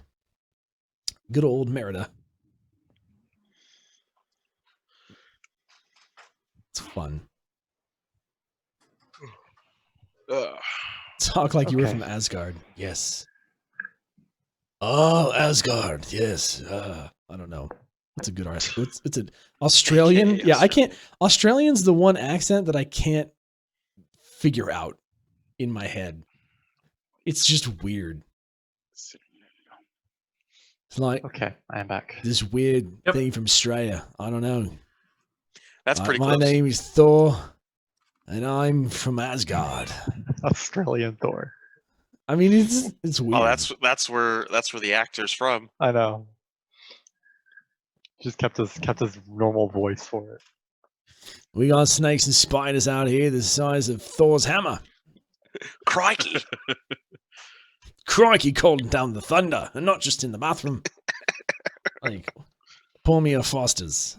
Foster's actually shit beer, by the way. I was fully prepared for that. Like I rolled an alcohol check and rolled a nat 20. Did you really? I did. You were like, you thought, yeah, no, I was like, I specifically said a double shot. I wasn't trying to get you plastered. We got lots of stuff to Well, do. I rolled a nat Everybody 20, so we were wants about to have some roll fun. an alcohol Oh, check. man. He's like, can I have an alcohol check? No, you don't need one. Would have made more fun if Godoruk would have gotten smashed, though. That's great. No, I don't know. Godoruk, yeah. Drunk barbs are the best, man. Oh, that's Ugh. great. A drunk half I don't barb know that doesn't feel that- comfortable in town anyway. You guys weren't trying to drink. You were trying to just get information and settled. I'm not One of trying us to was get trying to you all drink. slugged. It's barely noon. Elves don't care. It does. Yeah, I have a different concept of time. Right. You bastards. We still got people to talk to. You do. You have so I many need people. you to be boy. slurring your words. So many people. Notice I'm perfectly fine. I'm perfectly fine. Anyway, is everybody back? I am. Yeah. Good to go. Do we have a carry? Okay, Yes, good. I'm back. Sorry, I had to pee really, really, really Same. bad. So did I. No, I'm you're like, good. Same. we need to pee. PJ, how long Me is too, D&D until I Until can't we're anymore? done. No, usually we go. I try Until to we keep this can't from even. like a 2. Like when we hit 2, I kind of want to cut it off if we can. I think we went a bit longer than that last time. Yeah, like Yeah. 240 something, I think. Yeah. Yeah, And- it was and almost 2 my time. If I'm being honest, I actually probably could have kept playing. I was Oh, I having could so have much kept fun. going too. Yeah. I need to let Puppo out. Yeah. We can have a puppo break. That's the plan. You just let Just the the puppy puppy out. It's a bio break. And Yeah, we we just keep continue going. for 2 more hours. Oh god. I don't know about that. Yeah, no, I kind of like 3 hours is kind of I think a good place. Yeah. for 3 or 4, yeah. for us. That's good. I think we'll be in a good place there. Well, we Right. better get on with it then. Everybody back? All right. Ready? Yep, everyone's back. Oh, great. So we're approaching. You were standing building. outside the Lion Shield Does it- cluster. Does it look like it is presently occupied? Yes, it's a shop. It's midday. it's- It's open. it's Well, midday. the way that you would describe the building, you made it sound like maybe there was nobody home. Oh It's no, there's reinforced. people there. It just All right. looks a bit run down. Like maybe Okay. Doesn't Something look happened like to it's it doing as recently. well as Barthen's provisions. So, I guess we'll walk inside Head on and in. immediately look for the owner or whoever's running the establishment. sure. So as you walk in the Lion Shield cluster, you see that the room inside is very tight. There's a counter that spans the length of the room with weapons mounted on the wall behind them, and those weapons appear to be locked up. As you look about the room, you can see various shields and armors hung on your side of the counter that are also somewhat secured to their places. It looks like maybe there has been a bit of five fingering that's been going on in this establishment, and there are measures there to prevent that. Standing at the counter, you see a woman, mid-30s, human female. She's got a very large braid that's kind of hanging down her right shoulder. And as you walk in, her eyes immediately go up to your party, and you can see her tense up and kind of reach down beneath the counter and doesn't blink as she looks at you and just goes, "Welcome to the Lion Shield Coster." I put my hand up and I'm like, "You must be Lenine Greywood, correct?" Aye, I'm Lenine. Perfect. And who the hell Well- are you? My name is Leif. I was actually hired by Halia, and also the wonderful man over at Barthen's. He decided to point us your way to sell some arms that we picked up, and maybe to buy some as well. And with that, she kind of looks the party up and down one more time and removes her hand from underneath the counter and places it on top and takes just a half a breath that you can notice. I would like to roll an insight check on her. Okay, give me an insight check. Can I do the same? Sure. It's a metal die that got attracted to a magnet. I got a 13. on Okay. I got a insight. 20. Okay, what are you trying insight for? I am looking to see. Well, first of all, I'm trying to use my skills to confirm that she was just putting her hand on a crossbow and pulling it off because she thinks that we're going to rob the place, but then realizes that we actually have money. Maybe. You're mostly right. Okay. And in your insight, you definitely get the sense that she has something defensive under the counter and that she was ready to use it without hesitation. Okay. I put on my friendliest face and say we would love it if we could maybe purchase some of your fine wares at this lovely establishment. It looks like our coin should be good here, right? And she looks at you, but I'm gonna give Asheen his check here. What were you looking for? Kind of, I want to know what, I want to know if I can kind of tell what she was putting her hands on. She was definitely putting her hand on a crossbow, and she seems like a woman that is very strong, not like someone that you would want to cross in a fight. She is very well carried. She's wearing, you can tell she's wearing kind of like a light leather armor, as if she was ready to go at any moment. And and certainly, as she opened up the door, was weary of who was going to be walking inside.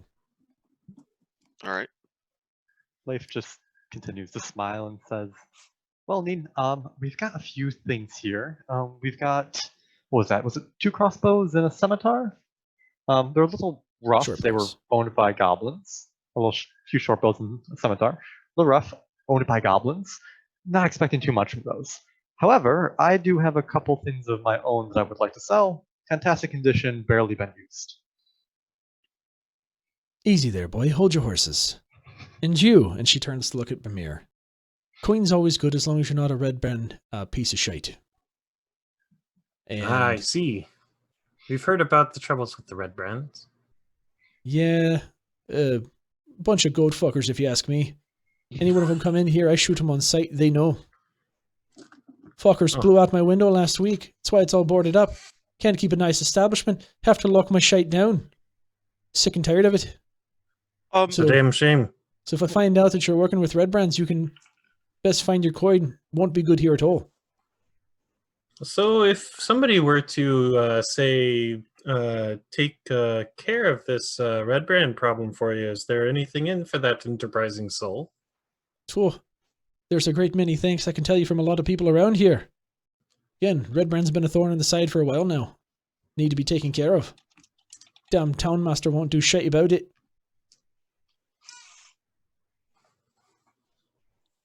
That being said, they're not the only problem around here. Had a shipment of wares that went missing about a week ago. I hold my hand up. Same. About that. We know where it is. Oh, you know where my goods are. We do indeed. Yes. On the road here, we were assailed by some opportunistic goblins who have since been liberated of their heads and limbs. We didn't have the means or ability to carry the goods that you had stolen from you here, but we do know where they are and can provide you with said location. Tell you what there, Mr. Minstrel. She can clearly see that you have your instruments about you. Oh, of course. I would gladly pay handsomely if I could be told where these objects are. And more than happy to go and retrieve them myself. As you can see, and she pulls out the crossbow from underneath the desk. I've got no problem with a fight. I could tell that you wouldn't. You look like a very formidable woman, if I do say so myself. And she literally points the crossbow at you and pulls the trigger, and an arrow sails behind your head into a target that she has right next to the front door that you've only noticed now because you didn't have a chance to look behind you.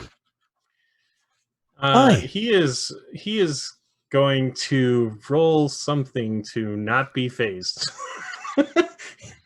What is give me deception? No, that would be like give me a Could be deception.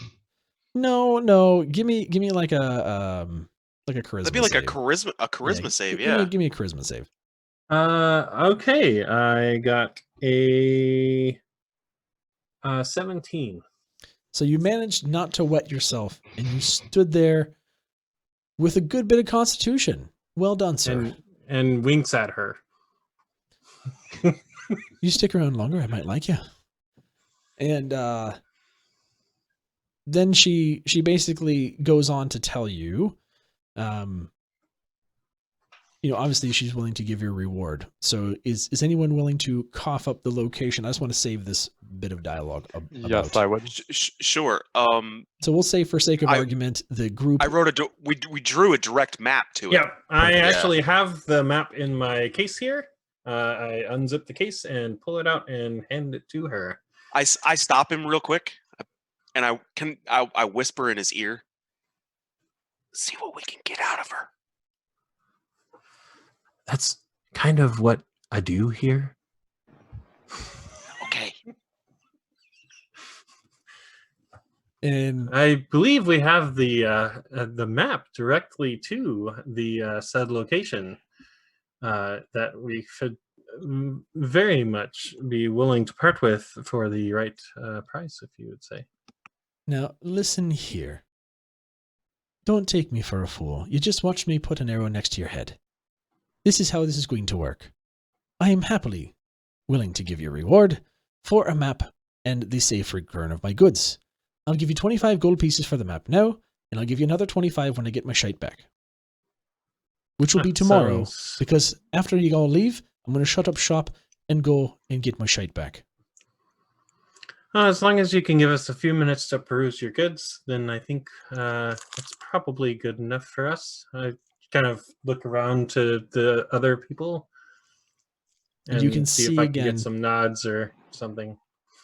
Anything that's in the common goods of arms and armor, you can see that she has available in the shop, or probably has, as the front of the store seems very tight, but the building itself is a bit bigger, meaning that she probably has quite a significant storeroom in the back.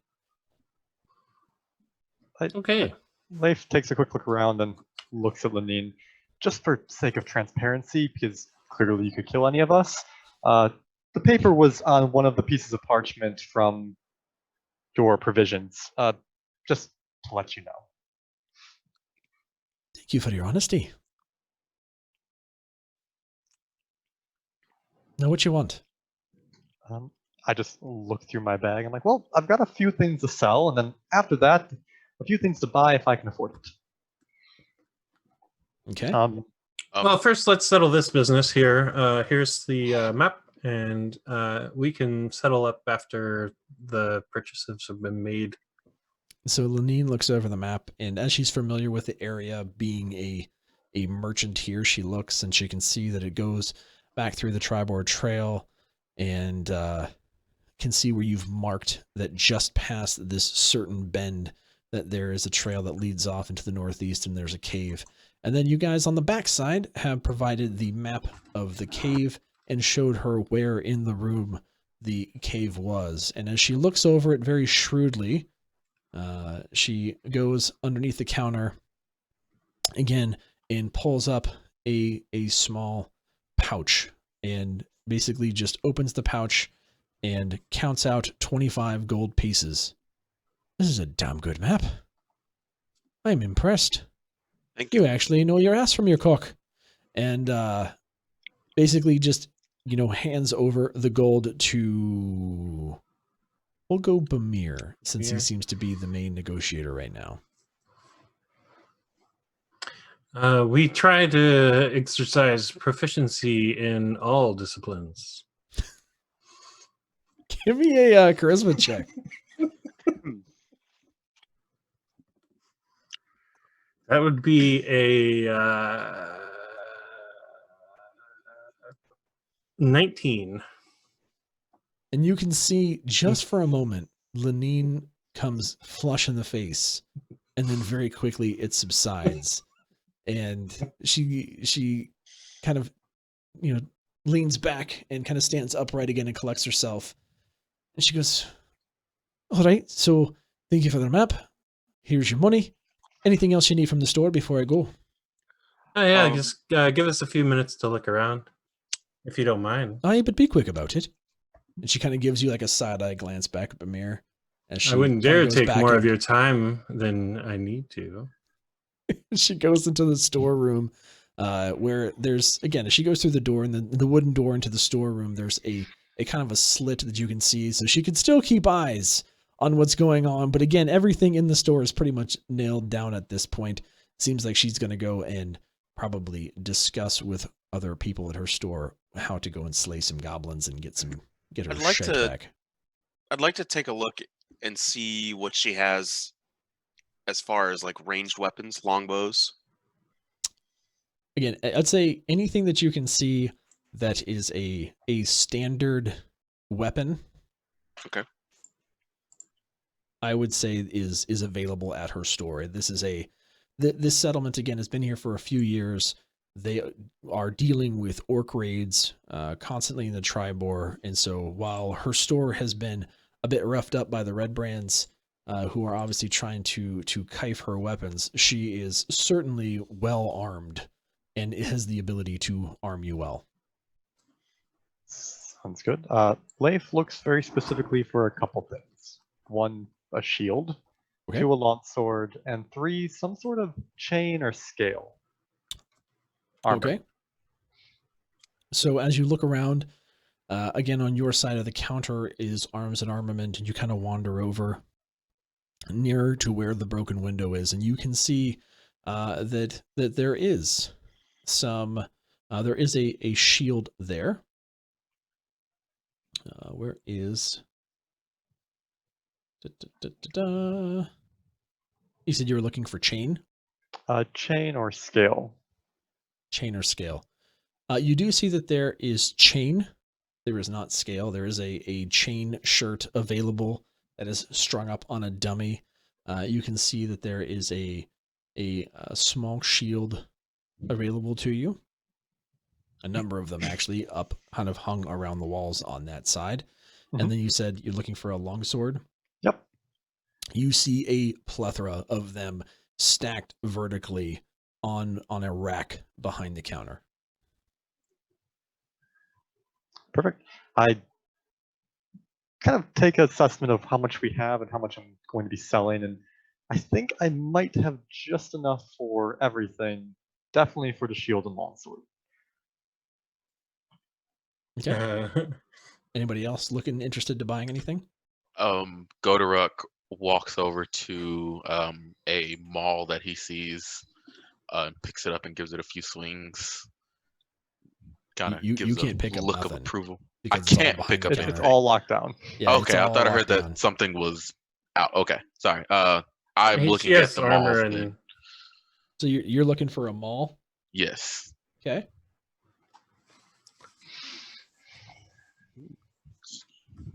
Anybody else? You said a longbow? I look at. Yeah, I already have a longbow. I just wanted to see what she had. Yeah, she has a longbow, much like your own. Nothing super special. I'm looking for studded leather armor. Studded leather armor.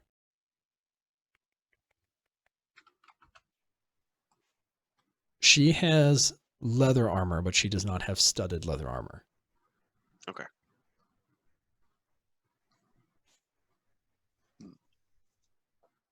Anybody else? Bamir is going to be looking for a short sword. Okay. As of course he sees a number of short swords in various makes and styles around. Before Bamir makes that purchase, I have 2.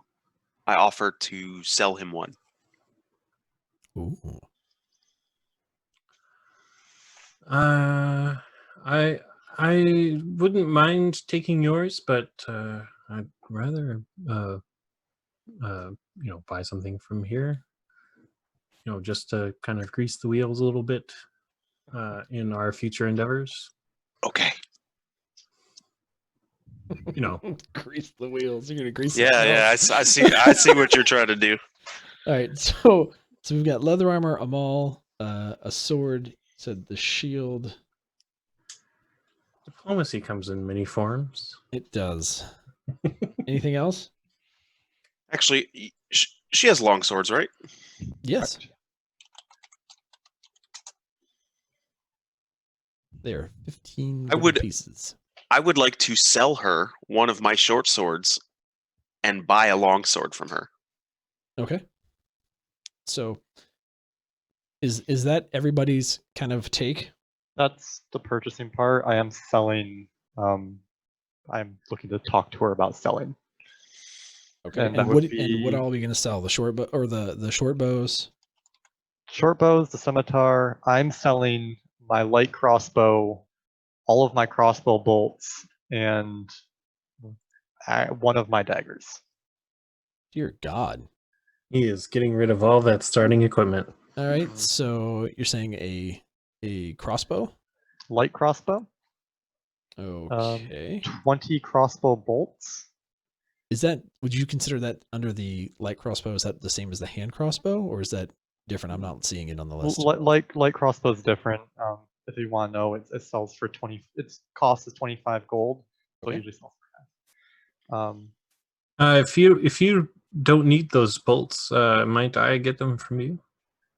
Are you not to be rude, but are you willing to pay me for them? I mean, I'm fairly certain that I can handle that. Okay. Bolts aren't worth much. Wouldn't it be 10? No, they're worth 1 gold piece per bolt. Per stack. Is it per stack? Yeah. Okay. Yeah. Got it. Yeah, sure. I'm more than willing to do that then.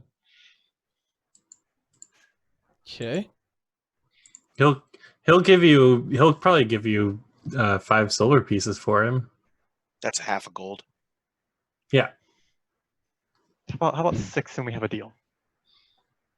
I mean, listen, if these guys haggle. Yeah, you guys are haggling to each other. I mean, we're friends here, of course. So I mean, maybe I'll give you a gold 5 piece for gold the dagger. and... Anybody else? Anybody else interested in buying anything? Nope. Wisteria is just looking around at all the sharp and shiny things, buckled down to the walls, not paying attention. Oh, so how much am I going to get for selling the short sword? You generally it's 10 gold to buy. So you usually get 5 gold. If it's in good condition. It is, I would think. I only used it a little bit. It's only got a little bit of blood. Is it the one that you missed with all the time? Yes. I'm getting rid of it. Oh, so it's pristine. So it's like perfect. Pristine. It's never been used before. Hey, Bamir, haggle for me. Get a better price on this so I don't have to pay as much for the sword. I like how the person with less charisma than me is the one doing this. It's great. But yes, I would like to buy the dagger from Leif. I look at Godoruk and just kind of smile. I'm like, sure, why not? 1 gold piece. I toss him the dagger. So as you guys are, anybody else want to do anything else? Anything? I want to get this done and get my log sword and move on. All right. Yep. So as you guys are haggling amongst yourselves, Lenine comes back out. What you all doing with your dicks in your hands? Sorry, lady. And she kind of looks over to Styria. Kind of caught off guard. Yours dick's the biggest. Because she's used to seeing elves, but she's not used to seeing Eldrin. And so she kind of pauses a minute to kind of take in Styria, and then kind of quickly refocuses and goes back to the task at hand. So what'll it be, lads? I list off all of the things that people were looking for, or they tell her what she's looking for. I don't know if we need to go through all the detail. Yeah. No, so I think everything that you guys were looking for adds up to 10, 20, 30, 40, 50, 70 gold? That should be just mine. So Yeah, 10 for the- his 10 for the chain shirt is shield. 50 gold. Yeah, my chain shirt's 50 and The chain? Yeah. Hold on. yeah, chain Yeah. shirts are 50 Yeah. gold. Yeah. My maul is 10 gold, so I got that. We could probably do this. If Oh, the chain. Yeah, I forgot the chain shirt. I'm Sarah- sorry. You're right. So 70 plus 50. Is she open to any kind of negotiation as far as the price of the items that we're purchasing? Not yet. She's Um, happy that you gave her the map, and she is taken a bit with you, but she's a very sharp-tongued, shrewd woman, and she has been, raided quite frequently by bandits, as you can see, or by red brands, as she's told you. So she is looking to maximize her goldage when it comes to the purchasing of her wares. When it comes to selling, she might be a bit more amenable to haggling prices. Then I would love to try and make a persuasion check, or Gage can make a persuasion check, or we can help each other we could do make both a a persuasion check. perception. So, all right. So total, I think now that with the 50 chain shirt, I'm thinking, is it 120 gold? I think the only thing I didn't have accounted for was the chain shirt. So 10, 10, 10, that's 30, then 50, 80, and then a longsword for Faded is another 90. And then what's Pamir buying? The short sword. Which is 5? 10? 10. 10. 10. So it should be at 100. So Yeah. Well, what I was going to there was propose 2 is long that, swords that are 15 apiece. So 30. Oh, they're 15? Yeah, 15. For the long They- Yeah, sword. they're 15 apiece. They Yeah, 15 showed, apiece. they showed 10. For the long swords? No, Double that check. the short sword is 10. Long sword is 15. Yeah. Long Yeah. There it is. Yep, it was right next to the mall, and I looked at that. Yeah, so that's bad. 30, the maul 40, leather 50, short sword 60, the Not shield bad. 70, plus 50 for the mail is 120. 120. Yep. I think we could probably just mark off the gold that we want for our stuff. Sure. Or I'm just saying total. Yeah. When we Yeah. deal as a shop, you guys keep track of your own gold. I'm not going to be super stingy about checking your guys' stuff. I hopefully can trust you, band of good-natured adventurers. Mhm. Neutral. Yeah. Good Well, okay. adventurers. The adventurers might be neutral or evil, but the players will do the gold right. There you go. Fantastic. All right. All I'll right, give and you so for the good, so just to make sure we're selling 2 short bows, 2 scimitars, a crossbow, and 1 short sword. Yeah, I'm selling a short sword. Okay, and that's it. That's the total transaction. You had mentioned caltrops and arrows before when you were at Barthen's. Were you just being a dick? I was being a dick. Sweet. Mm. Okay, I just want to make sure you're not forgetting the stuff that you want. You want them, there they are. All right, so Actually, you know what? No, I want to buy some caltrops. One bag of caltrops. a bag of caltrops. Okay. And in the meantime, Bamir, I do toss What are you those? the pouch of bolts. a gold piece. They're like 1 gold. Okay. And And I just smile and say 5 is fine. okay, he'll give you 5. Okay, so No, you'll give me 5 silver. You get 20 bolts. Yeah. Okay, good. Sorry, I have a vent going. I couldn't hear you. you're fine.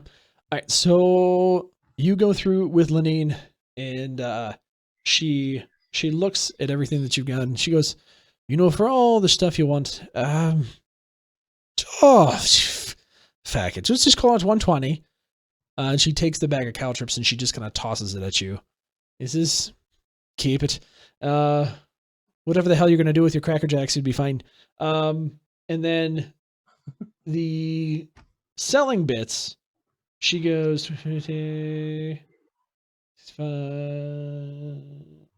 so she's at 73 gold right now, basically kind of giving you market rates for the short bows, the scimitars, the crossbow, and she's giving you 8 for the short sword since it's in good condition. And she kind of likes you. Maybe. Well, I can use persuasion based on the interaction that we've had so far to check against something for a discount or for a bonus on that. Same. Or... Give me a persuasion check. May I as well? They're how do you want to do the aid another action? Because normally, like somebody makes the roll and the other person contributes advantage. So we can do away. If you want to help him, then you can go for it. But in this case, you've already kind of established a rapport with Bamir with her. So I would be, I don't know. I don't want to give away all the cards in my deck, but sure, you can contribute advantage to Gage, but I would.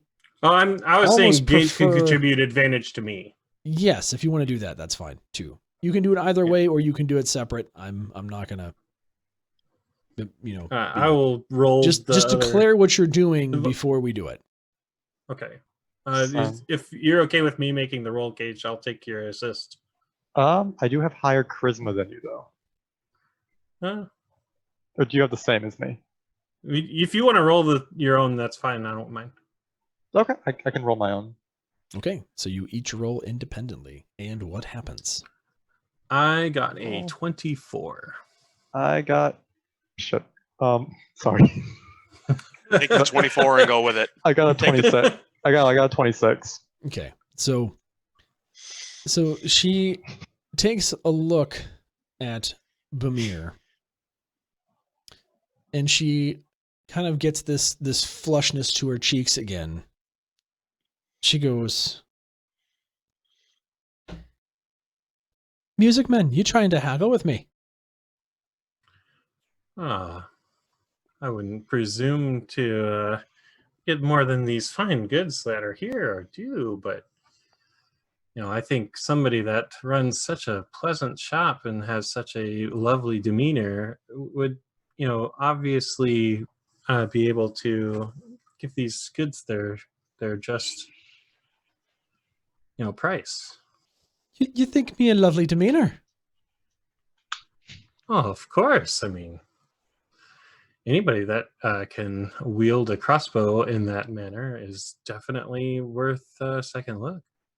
Well, now I know you're a lying fuck, but I like your balls. So, tell you what, I'll give you 10 extra gold. So she likes his balls, she says. She likes his balls. About his cockles. She likes his cockles as well.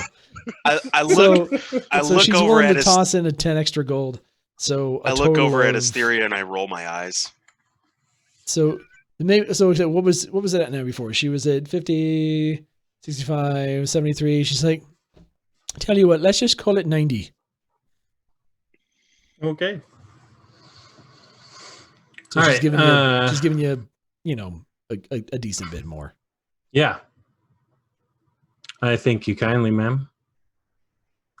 Hopefully we will see you when you've taken care of your little goblin issue. Yeah, don't forget, come back tomorrow. And if I was able to get me goods, then extra 25 gold waiting for you. Speaking of which, just so you're aware, there are 6 goblins left when we left, so probably easy enough for you to take care of. However, we did briefly overhear something about orcs raiding that trail, so that is also something to be careful of. And There have been orc raids. In fact, the townmaster, almost good for nothing, has got a post about it, but it's a bit further down the road. I'm not really worried about orcs. However, if I did, I'm just gonna cut off their feckin' heads. Not worried about some wee goblins. Killed enough of those in my time. Anyway, if that's all. And she hands you all of the goods. So she takes down the maul from the wall and hands it to Gotarok. She, takes the goods from you. She takes the long sword, hands it to Ashin, takes the short sword and kind of gives it a little flip and hands it handle first to Bamir with a bit of a wink.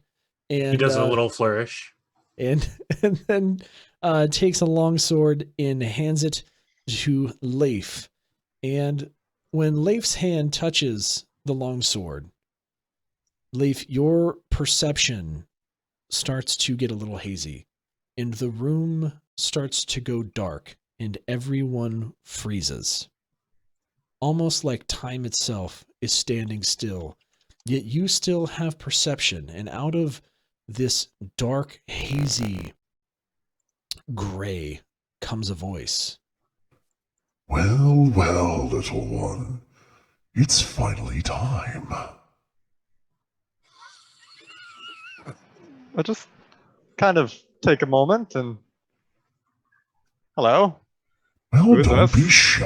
I know that you're a plucky type. It's why I've been dying to meet you. Sounds good, and who are you? And why is everything frozen? That's usually my job. Well, you know, here in the shadow we have a different way of doing things. You've been touched by the Fel for a long time, and I had my eye on you. Don't really take too matter with who I am, just what I can do for you. I would like to make with you a pact. In the future, you give me something which you have, but maybe don't know about now, and in exchange, I will let you be and let you use my power to aid you and your friends in their quest to do so many fun things that I can see. Alright, yeah, that sounds fine. I guess talking to demonic voices in my head is just normal now. Yeah, why not? Sure, what the hell. Listen, I knew it'd be fun and you'd be up for the game. Listen, it's gonna be a good thing, you and I working together. We're gonna do so many fun, good things that, I'm just excited. You may not hear from me for a while, but you know, hey, it's gonna be fun. Enjoy the powers. They're fun. Okay, thanks, demonic voice in my head. Have a good day. And with that, the room kind of comes back to color, and it's as if no time passed at all. Lenine is literally pulling her hand back from handing you the sword, and no one else around you seems to have interpreted this occurrence at all. Yet you feel that there's this awakening, and from deep within the center of your chest, you feel this flourish shoot to every extremity of your body, this power surge through you, almost like electricity, but not so sharp, more like it slithers through you, but not in an uncomfortable way. And you feel that you have access to things that you didn't have before. And tell me about your level of warlock. As in, like, what comes with it? Yes. Okay, so I took the, judging by the sword and everything, the Hexblade archetype of Warlock. With that, a couple things. One, I learned the ability for Mage Hand, which is always fun. Samir's luckily does not, so he can't grope anyone. Eldritch Blast is a thing, so wonderful purple pulsing energy of death will be flying everywhere in the near future. Also, to kind of fit with some backstory, what will be, I guess, revealed later, I took Armor of Agathis. What that does is basically gives me a very frosty spectral shield and 5 temporary hit points. And anyone who hits me takes 5 cold damage on a melee attack. Lastly is Hex. I can hex people. On top of me being a Hexblade Warlock, which can also hex people. So twice as many hexes for fun. Hex on hex action. Hex on hex action. Sounds like a paid site. Anyway, Yes, it is. $5.99 for all your hex needs. $5.99 for all your hex needs. And with that, the party exits the Lion Shield Coster, now newly equipped with some armor, some weapons, a little bit lighter, and in the coin, but overall better for it. What do you guys do now? Quickly, because I did not have enough for all my stuff. I assume that means I was trying to stop that, but we didn't get a chance. Is that including the gold that I? No, with the gold, like literally, if I was given the 25 gold on top of what I sold, I would have just enough. The 5 gold? The 20. Well, no, if I was given the full 25 gold pouch, I'd have enough. I was trying to stop this at some point. So you don't have enough money, and we only have. What are you sacrificing? Well, I already sacrificed something in the future. I'm not sure what. So okay, we got 90 gold from selling this stuff. Mm-hmm. Correct. And I'm assuming some of that goes to the people that sold their personal equipment. correct. Which Well, whatever I sold is going to immediately go into the total charge that we were charged. Right. Same. Right. So okay, we'll take care of the administrative stuff after the stream. After the game, sounds good. We'll Alright, make cool it with that. just for note that the only reason that you are getting free room and board is because Leif is in your party. That is true, but this is the only reason why it's free. I'm just going to throw that out there for much reasons. less than 25 gold, but you know. I mean, you're not wrong, but still. We've got enough to cover it, so Sounds good. yeah, we'll count it out later. That's good. All right. So cool. Godoruk doesn't care too much for monetary things, so Bamir is more than willing to lend you at some of his share of the take for very, very reasonable interest rates. So Get our little Tom Nook here. Are you Tom Nook? Yeah. We got our Tom Nook in the house. excuse me, Tom Nook does not charge interest. Charge interest at He all. doesn't. True. You're right. Anyway, so what are we doing now? can we please get out of this town? Well, first we need to talk to Halia. You're going to be staying here, Godoruk. You might as well just accept I that. know, but he's not happy about it at all. Godoruk, But- do you want to go smash things? Please. All right. Let's Then go get give into a us fight. Give us a minute to find out where we need to smash things, okay? Make it snappy. All right, let's head to the miners exchange and we can talk to Halia again. Okay. So as you make your way to the miners' exchange, you make your way. And you see a completely stone building that you might mistake for a prison if it wasn't hustling and bustling. The entrance has a large steel door with steel bars over the windows. A simple sign with gold scales is mounted over the door, letting you know that it is indeed the miners' exchange. Inside resembles that of a bank, with thick wooden counter and steel bars running from the top of the counter to the ceiling. There are a couple tellers that are working to weigh and exchange materials with miners, and off to one side you can see a teller window that is marked for claims and records. Halia is kind of mingling about behind the counter, off doing her businesses, and as you walk in, she sees you and she goes, "Huh," and she motions you to go back outside. And you do.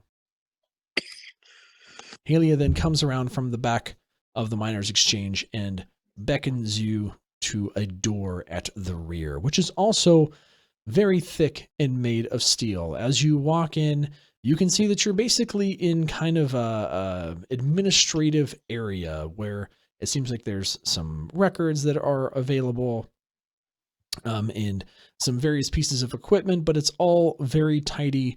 And there is a desk, which Halia then goes behind and sits down in a very nice wooden chair and addresses you. So you're back. Yeah, we were hoping that we could get a little bit more information from you. So as you look at Halia, she's, again, very much still this kind of adventuring type look to her, but a very, calculated look comes upon her face, a bit more so than was before.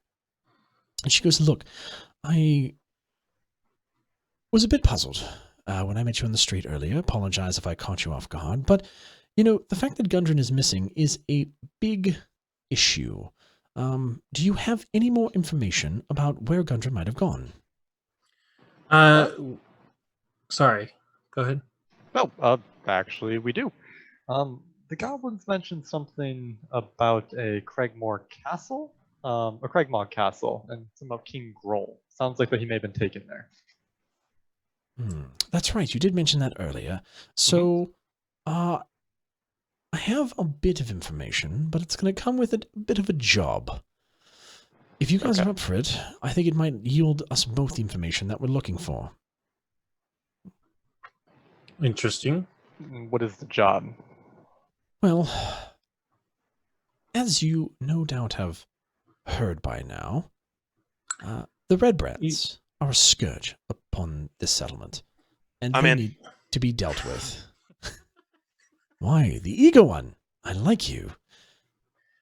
They are hidden in Tressendor Manor. They have a whole hideout dug beneath the ruins of the manor. Now, I will pay you a sum of 100 gold pieces to rid yourself, or to rid us of these Red Brands, and bring me any correspondence that you see within this, hideout of theirs. And with that, I'm going to give you a piece of information that there is a goblin that currently resides and is kind of used, or rumored to be used, as a bit of a slave. And he is a Cragmaw goblin. If you are able to get to him and question him, he might indeed know the location of your castle. So, that being said, little gold for you, little information for you, rid the Red Brands for me, and it seems like we have lots of winning going on. What say you? I would be perfectly fine with that, except for... I'm in! Yes, he's in. Any information you have on the manor? We heard something that maybe is a secret entrance, possibly? Not familiar with the secret entrance, but if you heard something about it... Tunnel would be most interesting indeed.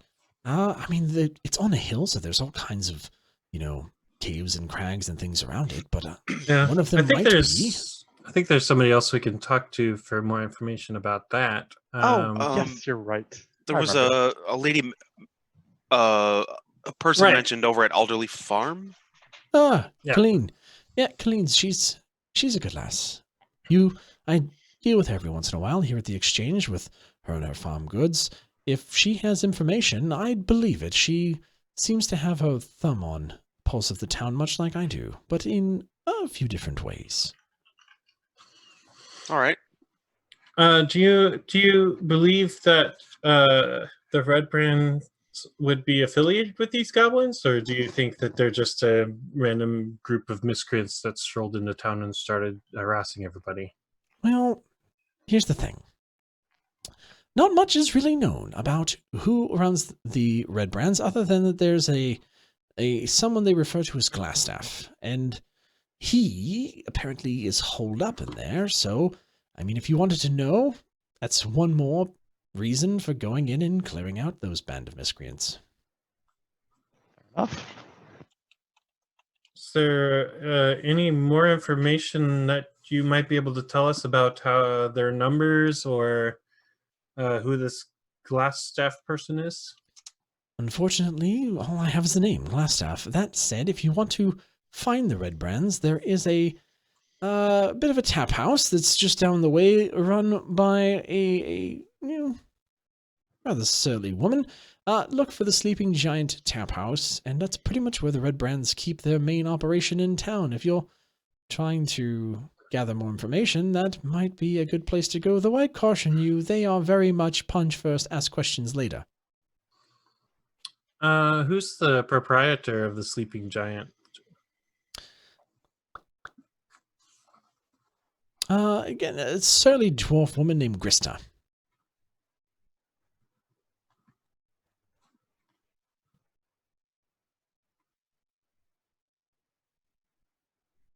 All right. Okay. Let's go And- kill an ass staff. Indeed. One more quick question: is this Krista affiliated with the Red Brands, or is she being forced to have her tavern in their use? Or Well, what is? I've known this- Grista for a bit, and I think really the only thing she cares about is coin. So, pretty sure, I mean, it's a dirty establishment, and I wouldn't set foot there, but she seems quite happy, and, you know, letting the Red Brands come in there, if she's taking their coin, I mean, they take that coin from us, and she gets it, so, from the way I see it, she's happy benefiting from the rest of our misery. Okay, just kind of wanted to know where that whole situation stands. Yeah, she kind of gives you this look like, doesn't seem like it's a big deal. Okay. I just wanted to get a feel of the room, feel of the room for this Krista. All right. Well, I think this sounds mutually beneficial to both of our needs.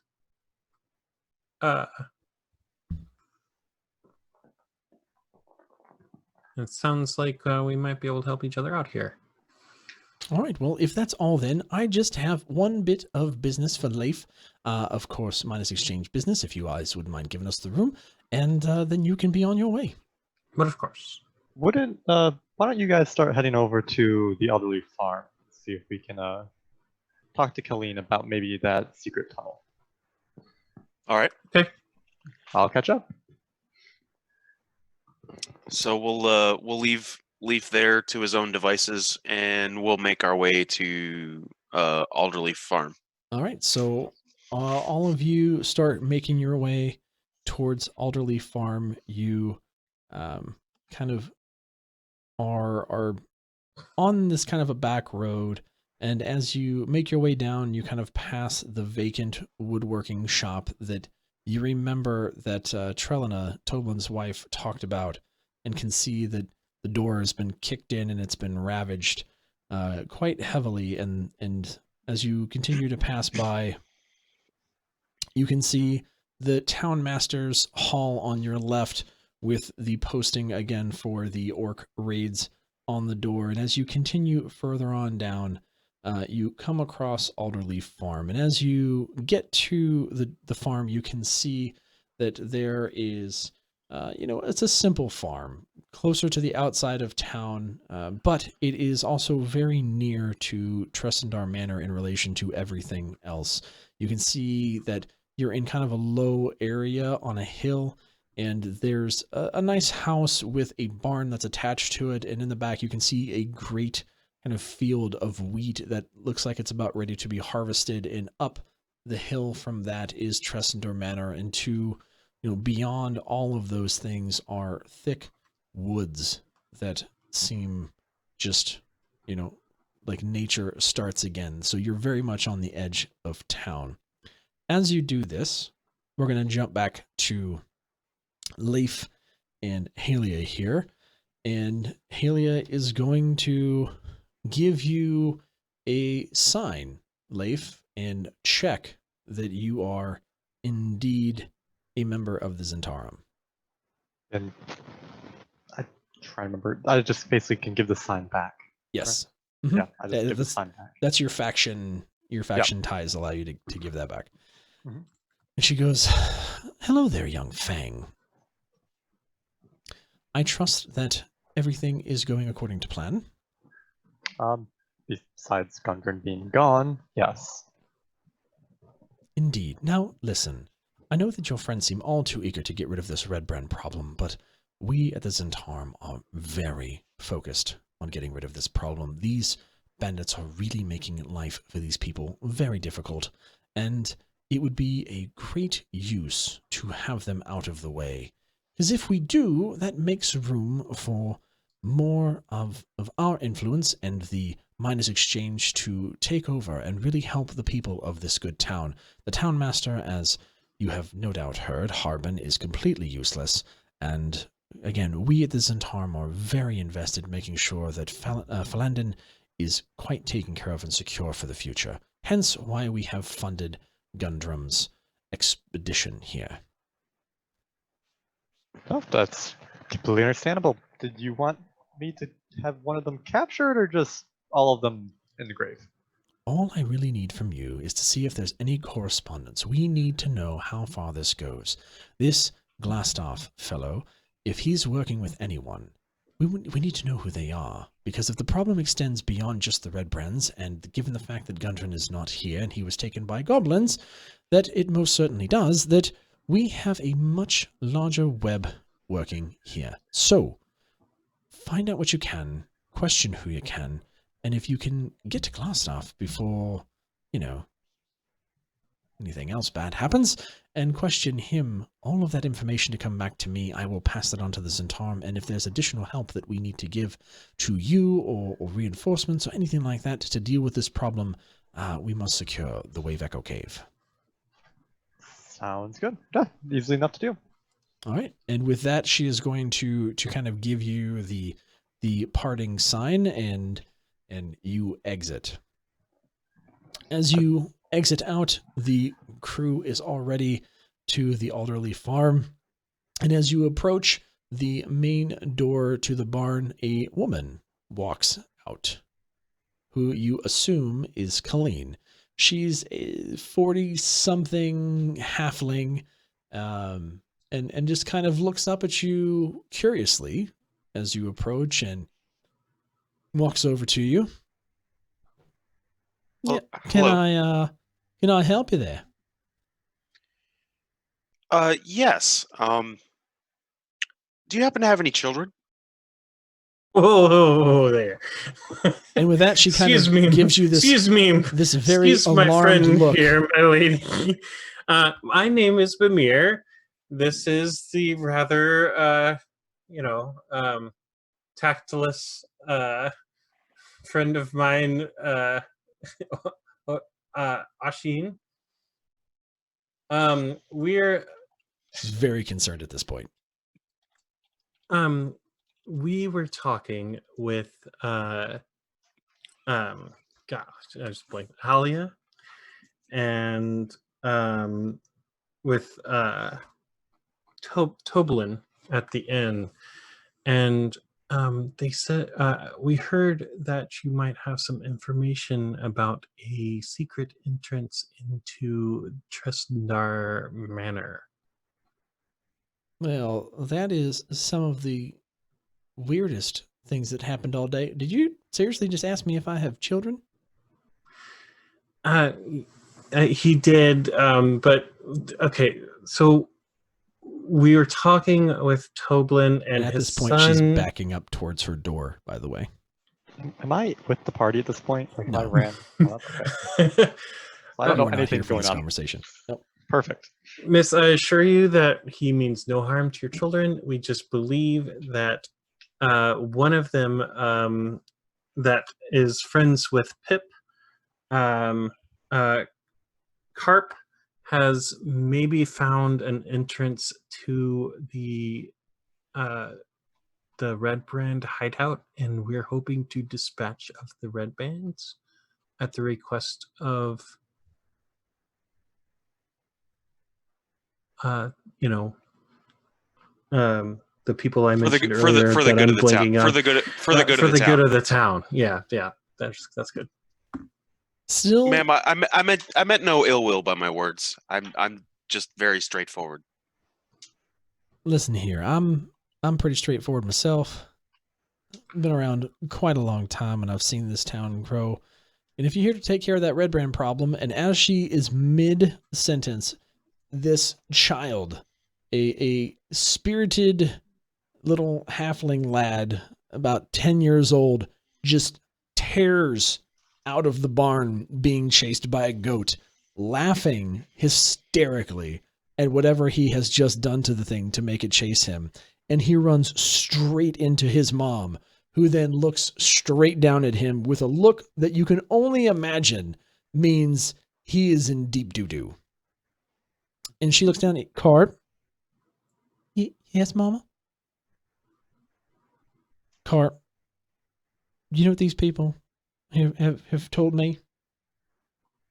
No, Mama. And he kind of looks at you, and as he scans over the party and sees just kind of all of you armed to the teeth, he is simultaneously fascinated and terrified at the same time, and kind of takes a little bit of a half step behind his mom, who basically continues to talk to him, but then looks at you. And she goes, "Son, were you up again by Tressendor Manor again?"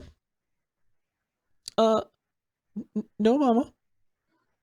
Don't lie to me, boy. Pip done rat you out. And at that, he kind of takes a deep breath. Mama, I don't really know what you're talking about, Ma. I wasn't by Tressendor Manor, I promise. She goes, "Boy, don't you lie to me. You up there again, ain't you? If you lie to me, I'm going to go put you in with Philip again." And with that, his eyes grow real wide, and he's like, whatever Philip is, he wants none of it.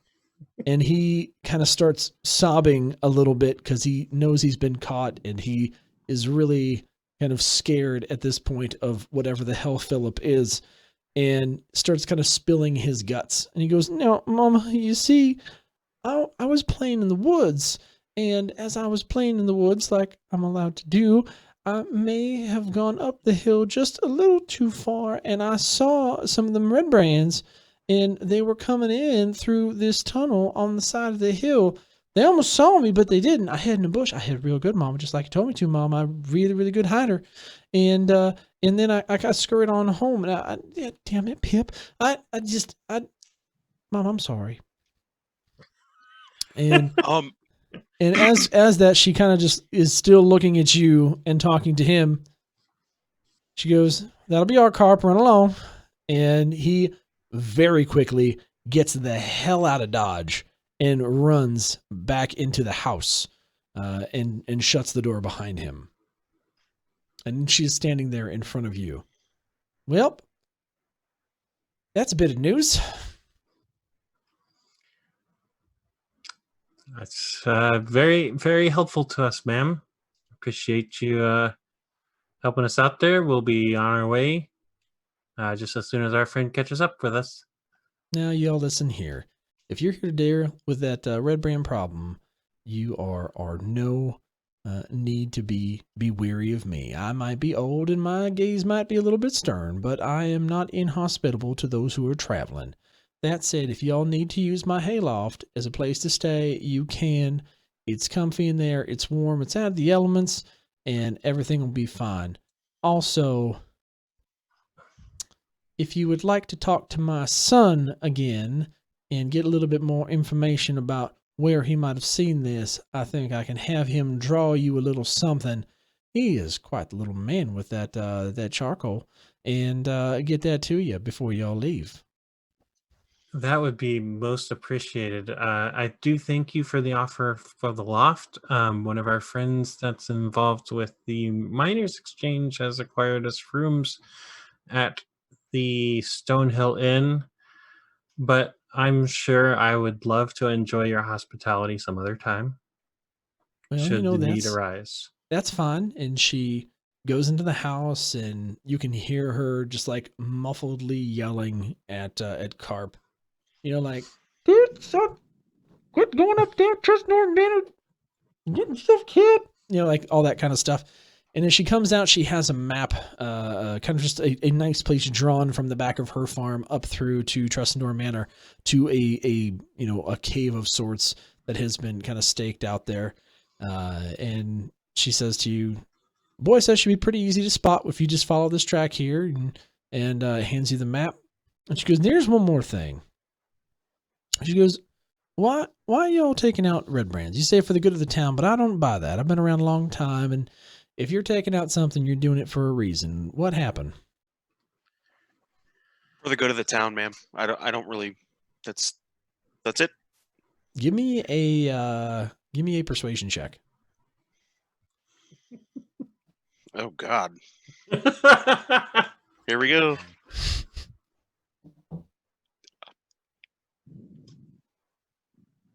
Five. Jesus. Now, given the fact that she's a halfling and she's obviously very short, and she's looking up at you right now, she is looking down on you, and she goes, listen here, Mr. Elfman. This is my town as much as it's anybody's town. And you're not going to tell me that these band of adventurers came to Phandalin to save us from the grave red brand threat. I might be getting up there in years, but I ain't stupid. You're probably here because you're looking to make a fortune. No. Bamir crosses his arms, leans back a little bit, and gives him the rock eyebrow. He's like, okay, talk yourself out of this one. Ma'am, no. He wants to see where this goes. I would never presume your level of intelligence. You seem like a well-collected person. But we came to town. We were hired to deliver some goods, and we heard whisperings of some trouble. And upon investigation, we have kind of decided to help. Well, now that is something I might believe. That said, if you're looking to be helpful, I might as well return the favor. I have a friend who is a bit of an adventurer himself. He's an old druid named Rydoth. And Rydoth knows this place like nobody knows any place. If you're looking for somewhere, Rydoth can help you find it. That said, I haven't seen him in a while. And he said he was going to be heading up to Thunder Tree. Some old ruins from Wild Bay, is what it is. But if you guys are heading up that way, you might want to keep your eye out for Rydoth and see if he can help you. All right. If that's all, y'all can be on your way. If you need anything, again, the Hayloft is available. Do sure be to come by if you need anything like wheat, because it's all the hell I have. And with that, she waits, and Thank she's you, waiting ma'am. for you too. And I dip my head and kind of bow a little bit and kind of turn to walk, I guess, following this map along with the map of Phandalin that I have. Okay. Should we wait for Yeah, Leif? Bamir looks at her, glances at Asheen, rolls his eyes a little bit, and then winks at her. And she will wink back. And as all this is happening, you catch up to Leif on the road. Or Leif catches up to us. Yeah. Well, yeah, I mean, you guys are going to meet on the road outside the farm. You okay. see you guys walking back and just put my hand up. Hey, looks like you're already done. I'm still studying the maps, and I kind of just keep walking. I Okay, put my then. hand on his shoulder. Oh. Where are you guys going? Sorry.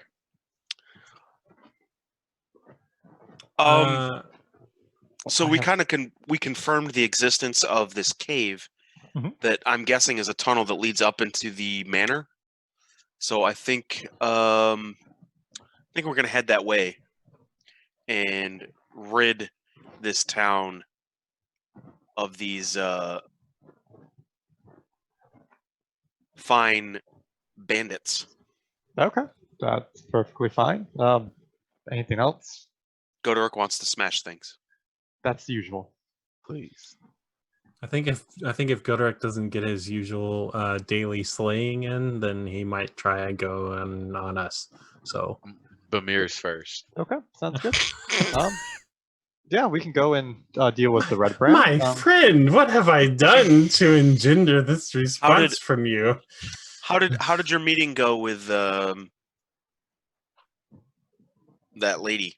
Halia? Fantastic. Just went over some of the minor exchange things. I finished the since we delivered everything, that was taken care of. Main thing is we need to find Gundren. That's important. And she advised that maybe speaking with Glassstaff might be helpful. So let's not kill him. Maybe we need to incapacitate him. And then we can kill him after we get all the information, if that makes you feel better. I may allow it. Can I make an insight check to see if he's withholding information? Sure. Can I help by sizing him up a little bit? No. No. Okay. Sad. He's not scared of you, that's why. Yeah. Okay. I'll give him that. 20. Ooh. Do I have to roll deception? Yes. Roll deception. 20. I don't know where that leaves us. Ties generally go to the attacker? Yeah, ties typically go to the attacker. I get a 20. I mean, I rolled a nat 20. I get a 26.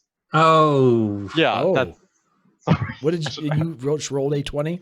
I can screen cap it. No, you're fine. Okay. I swear. No, you win. It's with everything. So if you got a nat 20, then yeah, you win. So at that point, you don't sense that there's anything more than what he's already told you, and you accept that that she was trying to give him maybe just some additional information about the miners' exchange and his role in the job. And other than that, everything is on the up and up. Okay, then. So at this point, you have been kind of doing a bunch of things, and it is around 5 or 6 or so in the afternoon. It's getting to be about that food time. I feel like we may want to get some food before we do our killing for the day. If that's okay with Gottfried. Sure. I mean, I'm also an Outlander, so looking at like the land that's in front of us, I kind of look at Goderic and I say, let's go. I feel like hunting for some small game. You want to come with? Fresh meat sounds good. All right. Well, they do have food for us at the inn. It comes with the room. I want to hunt my own game. Thank you. I agree with him. I just start walking toward the forest. You really want to split up the party? Yes. There's a point, and character development could totally happen in the end for me.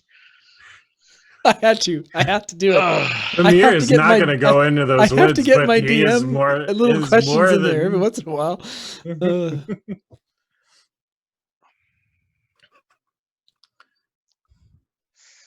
I'm torn. What do you think, Goderic? Split the party. Do it. What, you guys don't want to eat off the land? The food that we're going forest. Let's go forest. We ate the food on the. I want real food. Asteria. Asteria, would you like to join us in hunting and feasting from what the land has to offer? You know very well that I do not eat any game. Berries. I know, but there's berries and nuts and very good stuff there. I've seen it. I actually still have plenty of my own food. Now we're at an impasse. Tiny grass lady objects. Fine, Bamir. I'll eat your cooked food in the inn. I mean, it is all paid for, and you don't have to do any extra work. Yeah, but the hooch was really actually terrible. Look, there's going to be My plenty of heart. time. There's going to be plenty of time to kill things after we eat and go to the red brands. Okay, just All right, let's You go. know. Let's go. let's have some food. Maybe- I've got one hand on the one hand on my short sword and the other hand on my long sword, and I'm just kind of gripping. Can you sell your sword? I had 2 short swords. I sold wow. one. He came prepared. Yeah. I didn't even have backpack, so I'm kind of gripping the weapons because I'm itching for a fight. So I guess we'll make our way to the inn to have a meal and on to the next spot. All right, so as a party, you make your way down the path and back to the town square, and kind of see the stone hill inn. You guys are able to go in, and Toblin greets you and says, "Oh, it's time for supper," and gets all of your meals prepared, and really has quite a nice layout of meats and greens available to you.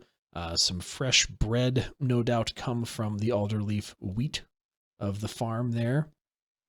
And you all are satisfied and have had your fill. And it's probably, I don't know, good about a little bit past sundown. Let me get some of that hooch. Don't you worry, my friend. I've got you covered. And he has a special little growler that he has prepared for you, since you said that you enjoyed his drink before, for you to take with you. I'll How you drink that stuff? It serves a purpose. In a pinch, you can light it on fire. I don't doubt it. So what do you guys want to do? It's past sundown. Do you want to sleep in the inn, or do you want to go out and adventure some more? Quicker we kill things, the quicker we can get out of here. Where do you want to go? I think we Rook? know where Godric's priorities are. Don't we have Not to deal with here. if we went out to to the manor? Wouldn't we have to deal with exhaustion, or is that 2 days? You slept, and it's the same day. So Same day, so we can still go. All right, cool. yeah, it would Don't be. we all Unless- have dark unless- I vision? say we. Unless we're there for like an extended day, Okay. then we're probably okay. Got it. Like once tomorrow becomes tomorrow, or once tomorrow becomes today, then we start to worrying about exhaustion. Right. Okay. But tomorrow is always tomorrow. Who wants to go fight? Well, I mean, might as well take care of this now. So Yeah, with nothing else, we just have to go to the manor. Yeah. Unless you want to wait a little bit longer, even so that they might start going to bed themselves. I mean, by the time we get there, won't they be asleep? They could be. I mean, the sun just went down. Okay, fair enough. Is it dark enough that I could walk around without my hood on and not be determined as an orc? Half orc. I mean, it's How dark is it? It's sundown, but you're in the middle of a settlement, so it's lit. Okay. All right. I'll keep it up for now. There are oil lanterns that line the roads that they light at sundown, and that are kept with enough fuel to be there through the night. I mean, This is a I don't really town that care doesn't which. sleep, so All right. Wow. Yeah, this is a mining town. Mining operations run 24/7, which means these bandits are probably running 24/7. Possibly. possibly. I think we should just go. while we still have the element of some form of surprise. Okay. All right, fair Up to enough. They probably don't know we're here yet. You hope. Hope. I don't know about that. Yeah, I doubt it. These kind of organizations usually have an ear to the ground. All right, it's settled then. Let's go. Let's fight. Yep. Kill So as things. you collect your things and kind of give a a hats off to Toblin, he looks a little confused that you're going out, but kind of just gives you like a okay, kind of a good luck. And as you exit the Stone Hill Inn, you turn down the street that goes to the east, right towards Tressendar Manor. And as you're walking down the path, you come upon the sleeping giant tap house off to your left, and there are 4 ruffian-looking like characters with red cloaks that seem to be looming on the porch outside, smoking pipes and drinking some ale. And as you walk by, they go, "Oh, what do we have here? Some little pups. Puppies want to play." And we roll initiative. Wow. Oh, damn. And we pick up next time. Oh. Ah. No. All right. I wanted to fight. Dun, dun, dun, dun, dun, I didn't get to fight. I'm mad. I rage. Would you like to take down my initiative? I No. rage. Unless it's Honestly, I unless- rolled a wish. 20. I will let you keep No, I your didn't initiative actually roll roll. for next. Here, say it out loud so we know what it is. 21. Okay, perfect. So it's 21, and we will keep that in stock for next time. Wow, we actually managed to spend the entire time in the city.